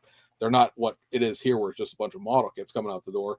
And then they paid $2 million for the inventory of Revell US, which was both the inventory, what was already here, and all that would have been produced over there and was scheduled to be produced over there, because there's a whole bunch of stuff that was lined up to be made when they went bankrupt. And then they paid $100,000 total for tradecraft and tooling, which when you sat there and read through it, it was $50,001 for the tradecraft and $49,999 for the other stuff. So do you think the tariffs will have much of an impact then on the hobby, or not really? I got the whoops. I'm forgetting I'm not cordless. I bought the, let's see. Oh, so the right kits. Where did those go? Oh, here they are. I bought the Lamborghini Scion. Ooh, and the remade 488 Pista. This should have had a $28 tariff on it, but it didn't. Because when the tariffs were announced, when the 10% went into effect, when the tariffs were announced, they were supposed to do away with a de minimis, which was an $800 floor or ceiling, depending on how you want to look at that, of you can buy stuff from outside the country, as long as the value of the item and the shipping was less than $800, you don't have to pay tariff on it, or duties, or whatever you want to call it. administration said too many people are getting away with skirting their taxes, so we're doing away with that. And that was what you saw that one day when everyone lost their mind and the USPS stopped accepting packages from China for like 8 hours, and then they did. Well, in the 4-day span that there's no floor ceiling in effect, the U.S. Customs Service had 1 million pieces of mail stuck at JFK. Because what you have to do when you declare value is you have to inspect the package to make sure that the contents match the declared value. Because if there's no point to charging tariffs if you say it's worth $1 and it's really worth $500 or whatever the case may be. Well, everyone lost their mind because like it was neck deep and waist high to the rafters, and nothing was getting done. So they went, yeah, you know what, never mind. It's very interesting that so far no one's been given a refund on the tariffs that they did pay during those 4 days. Shocking, I know. And they're saying they're going to revisit that $800. It was reinstituted, $800 limit. It's back, which is why I didn't have to pay tariffs. But we reserve the right to remove it in the future once we figure out how to do this in an expedient manner. Which to me is like 10 years from now when they build a warehouse big enough to hold 1 million packages and enough people to sort through them, because like there's, without going off on a political tangent, the idea that you can tariff the manufacturing back to the United States is a fairy tale, because those places to put those things don't exist anymore. When factories close down, they get torn down and something else gets put up there in the place. You don't have places. Like the great argument I have, because for people who know I run a police car website on the side. I see so many people like they need to bring back the Crown Vic. Oh, they need to bring back if they just had the Crown Victoria, Ford would be dominant. Blah blah blah. When they stopped making Crown Victorias in 2011, St. Thomas, Ontario, Canada tore that factory down. It doesn't exist. They couldn't build them if they wanted to. There's no building there anymore. It's just gone. It's an industrial park now. They put a mixed use light industrial park in where it used to be, but you can't just, oh, we're going to make cars now, and there's going to be a factory fully staffed and fully built and fully, like, that's going to take years, decades. If you would need the pendulum of American politics not to swing back and forth every 4 years and stay to one side or the other, depending on whatever that might be, and just go that way for this stuff to actually, take effect. Is tariffing my model kit for $8 going to do anything in the long run? For what? For who? I don't know. Toys were never tariffed at all, no matter where they came from, and that's what a model kit is. Whether anyone wants to hear it or not, the U.S. Department of Commerce, it says a model kit is a toy. 0 tariffs on toys. Now you just made one up, so now you have to go into customs and create a tariff for something that didn't exist before, and somebody has to inspect my resin. Is it really worth $280? Well, no, it's not really worth $280. It's a bunch of resin in a box. What's it really worth? So I don't know. Yeah, I don't think could prices go up a couple bucks? Yeah, I guess. But is it gonna go up like again $15? No. Well, unless tariffs go to 100% or something like that, in which case the price of everything would double and we'd all lose our minds. Yeah, what I'm curious about is, does that actually inspire the model kit manufacturers to bring the manufacturing back to the United States? Or they're just like, hey, this is the cost of doing business. All right, we're just going to charge more money. Because even if they wanted to start manufacturing back in the United States, you don't flip a switch and start these things overnight. There is a lot of expertise that you have to bring in. It's an operation you have to set up. There's a distribution. It would be quite an undertaking to reverse direction and bring manufacturing into the United States for a model kit if you're not currently doing it. It could be done, but there has to be an incentive, I think, for the manufacturers to want to do that. And there's got to be a financial benefit beyond the penalty of the cost of doing business. I don't know. It's interesting. Well, I guess we'll see how it plays out. We'll see in 5 years. Yeah. Right. Yeah. I'd say it's a long simmering conversation. as to whether or not Round 2 and Revell and the like, those ones, especially because Mobius stuff's always been in China, about whether or not they could get their stuff back anyway. Because of course there is the concept that once you send something to China, you never get it back again. It belongs, once it's there, it belongs to China. How true that really is, I don't know. It might be true in a bulk sense. You know, you might be able to get one or two things out, but could you get the entire tooling bank picked up and sent back? And what's the cost of that? I mean, you're talking about literally tons of metal that have to be put on a boat and sent back here and then trucked someplace to be stored and run. That's the thing about, like, you know, Ertl, when it was in Dyersburg, it had the factory there on premises to run all that stuff. But I don't know that Ertl's that big. I don't know the plant's still even there in Iowa at this point. I mean, not that it matters. They're in South Bend anyway. But you know, they would have to find some. They could send it to the place in Michigan that has the Lindbergh stuff, but do they have the storage to store, you know, a Legacy's company's worth of stuff in a third-party contractor warehouse?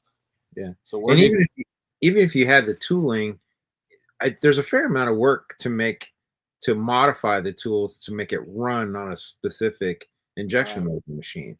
So it's not like you just pull it back in and then, you're just going to start shooting plastic through it. So even if you pulled back all that tooling, you have to probably go back and modify every tool to make it work on a machine. So there's investment and cost in doing that. A lot of these, the bulk of the kits that are being released by the manufacturers are reissues. That's where they're making the bulk of their income from.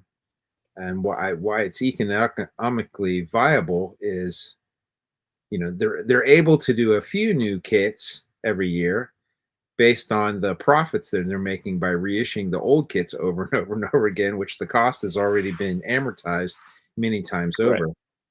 And that's what makes those companies viable, because there's not enough volume, you know, to really. I don't think a kit manufacturer would be able to exist on just new kits alone. You're right. I think this ends up being very akin to what we see, at least around here in Pennsylvania, with the natural gas stuff. The price of oil has to be so high in order for drilling to be viable. If it's below a certain price per barrel, then they literally lose money drilling the wells and pumping the natural gas and the oil out of it. So it almost has to be, especially around here, it has to be almost $100 a barrel, or $100 a barrel, which is 55 gallons more or less, in order for that to be profitable. Well, oil hasn't been that expensive in forever. I mean, really. I mean, I know gas is still expensive, but it's been floating somewhere in the $60, $70 a barrel range for 3, 4, 5, 6 years now. So we don't have that much Marcellus shale drilling here. You see a well get drilled out here and there. Usually these companies will lease the property for 5 years. And if they don't go and drill those wells before the 5 years is over, somebody else could get it, in which case you paid money to lease this land that you didn't use, and now somebody else is going to come take your stuff, basically, because somebody else could lease the land at that point. So you see wells get drilled then when they have to. So the question becomes, what is the cost of this product at these new tariff levels, if they keep increasing or they stay steady or whatever? If you're Mobius and it costs you, X dollars per unit to make a model kit and ship it here, and then you decide, well, with the new Maverick Comet tooling, we're going to have it done in China because that's where the expertise is, but we're going to ship it here and we're going to have it made here. Okay, there may be 15 model kits in that tooling, like the Ford F100s are. There's a plethora of things you can do over the next 5 years, but if that price of doing it in the United States doesn't continue to be cheaper than it is to ship stuff here, you have one tool here and everything else is still there because it never made financial sense to put the next new tool here and the next new tool here and the next new. It's, I think you'd have to see near, again, 50% tariff, 100% tariff. You'd have to have something that makes the cost skyrocket to the point where it's a no-brainer that we're reshoring manufacturing, and because it's just because let's face it, if the great tweeter in chief decides that next week there are no tariffs, then this is all moot, and it could be, so I don't think it's a very long-term play, like everything in modeling is. They've got to plan out the next 2-3 years at a time, and they probably just it's just status quo for now and see what happens. Yeah. Right. Interesting. Right. Well, interesting discussion. I'm sure it'll. Let's see how it we can comes out. And if we can talk about this again. I say if model kits end up costing too much, you can go to Ollie's. Or just go to James's house. He's got plenty. Yeah, This Hanscom actually used my line the other day. This video he just did over the weekend. He said, to start building this stuff, we're gonna have a heck of an estate sale. Because that's what I've been saying whenever something new comes in. I'm like, oh yeah, just throw another log onto the estate sale. People will really appreciate this. So there was a gentleman who commented in his Facebook group today, saying that somebody had asked him why, not Jason, but one of his Facebook people, why he had 15 Chevy Novas. And the guy went off on a thing of, oh yeah, there's Yankos and this and that and this and that and the other thing. And like, what do you think about that? And is 15 Novas too many? I'm like, well, first of all, it depends on how much you like Chevy Novas, I guess. A lot of people will go one Nova's too many, but I often wonder, and I'm susceptible to this as someone with a stash that has a comma in the total. Do I have the model kits because I want to build them, or because I like the idea of having them because I want to build them? Because it's not a question of could you build 15 Chevy Novas, because of course if you sat down, you just one after another, you could build 15 Chevy Novas, but do you really want to build 15 Chevy Novas? Or is it like, well, if I ever wanted to build one, I have it, and I never have to go buy it because I have it already. I do want to build 29 Miku cars.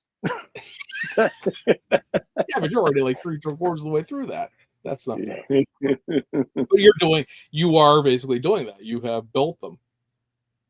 Yeah. Granted, several of them have showed up free of charge, and you have to build them for your free of charge to continue. But you built several of the Fujimi kits already. A couple of them you just need to finish already, and I will build all 29 of them. I said, as the decals come in, the ability to do them and not deal with the Fujimi decals makes them certainly a great deal more appealable. But again, like I said, that's a project. You could just put your mind to it. Okay, I'm building Miku cars. Throw something into it every now and then, because I think I would probably drive anyone crazy to do that many decals over and over and over again. But speaking of, I talked to Mr. Wenben, and he's going to build 10 Miku cars for a show coming up. So he's going to be building AMG GT3 times 10, all with decals.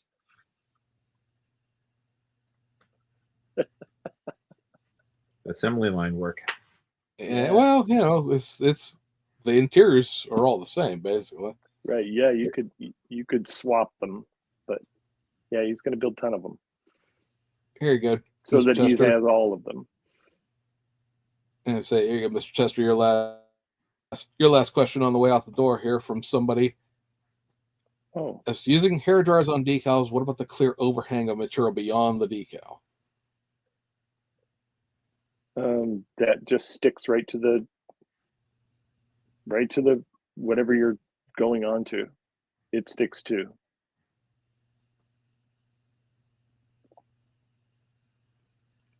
I think maybe he means like around the corner of a panel line or something like that. If you have a decal that's sort of, coming to a fender and the clear part extends past the fender, are you just folding it under at that point? Or? Yeah, I just wrap it around. Yeah. Yeah. I've gone back with an X-Acto knife, and once the decal is set, if there's a little bit of excess, just clear film. Sometimes you can kind of trim that and maybe peel that little piece up or something. Right. And Tim here with the idea of having subscription-based print on demand for the model companies. I agree, but also I think we've had this conversation in the past where there's no standardization of 3D printer platforms. Everybody's just going to be different, and if you can't have a file that would work with everybody's printer the first time they use it, it would be chaos. I bought this file and it was supposed to print me out a 69442, and instead I got a clump of resin and failed print and stuff like that. Yeah.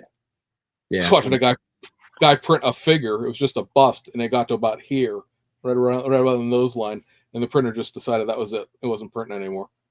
He had like 16 hours into that because it was a big 1/6 scale bust, and it just decided, nope, done, and failed the print right there.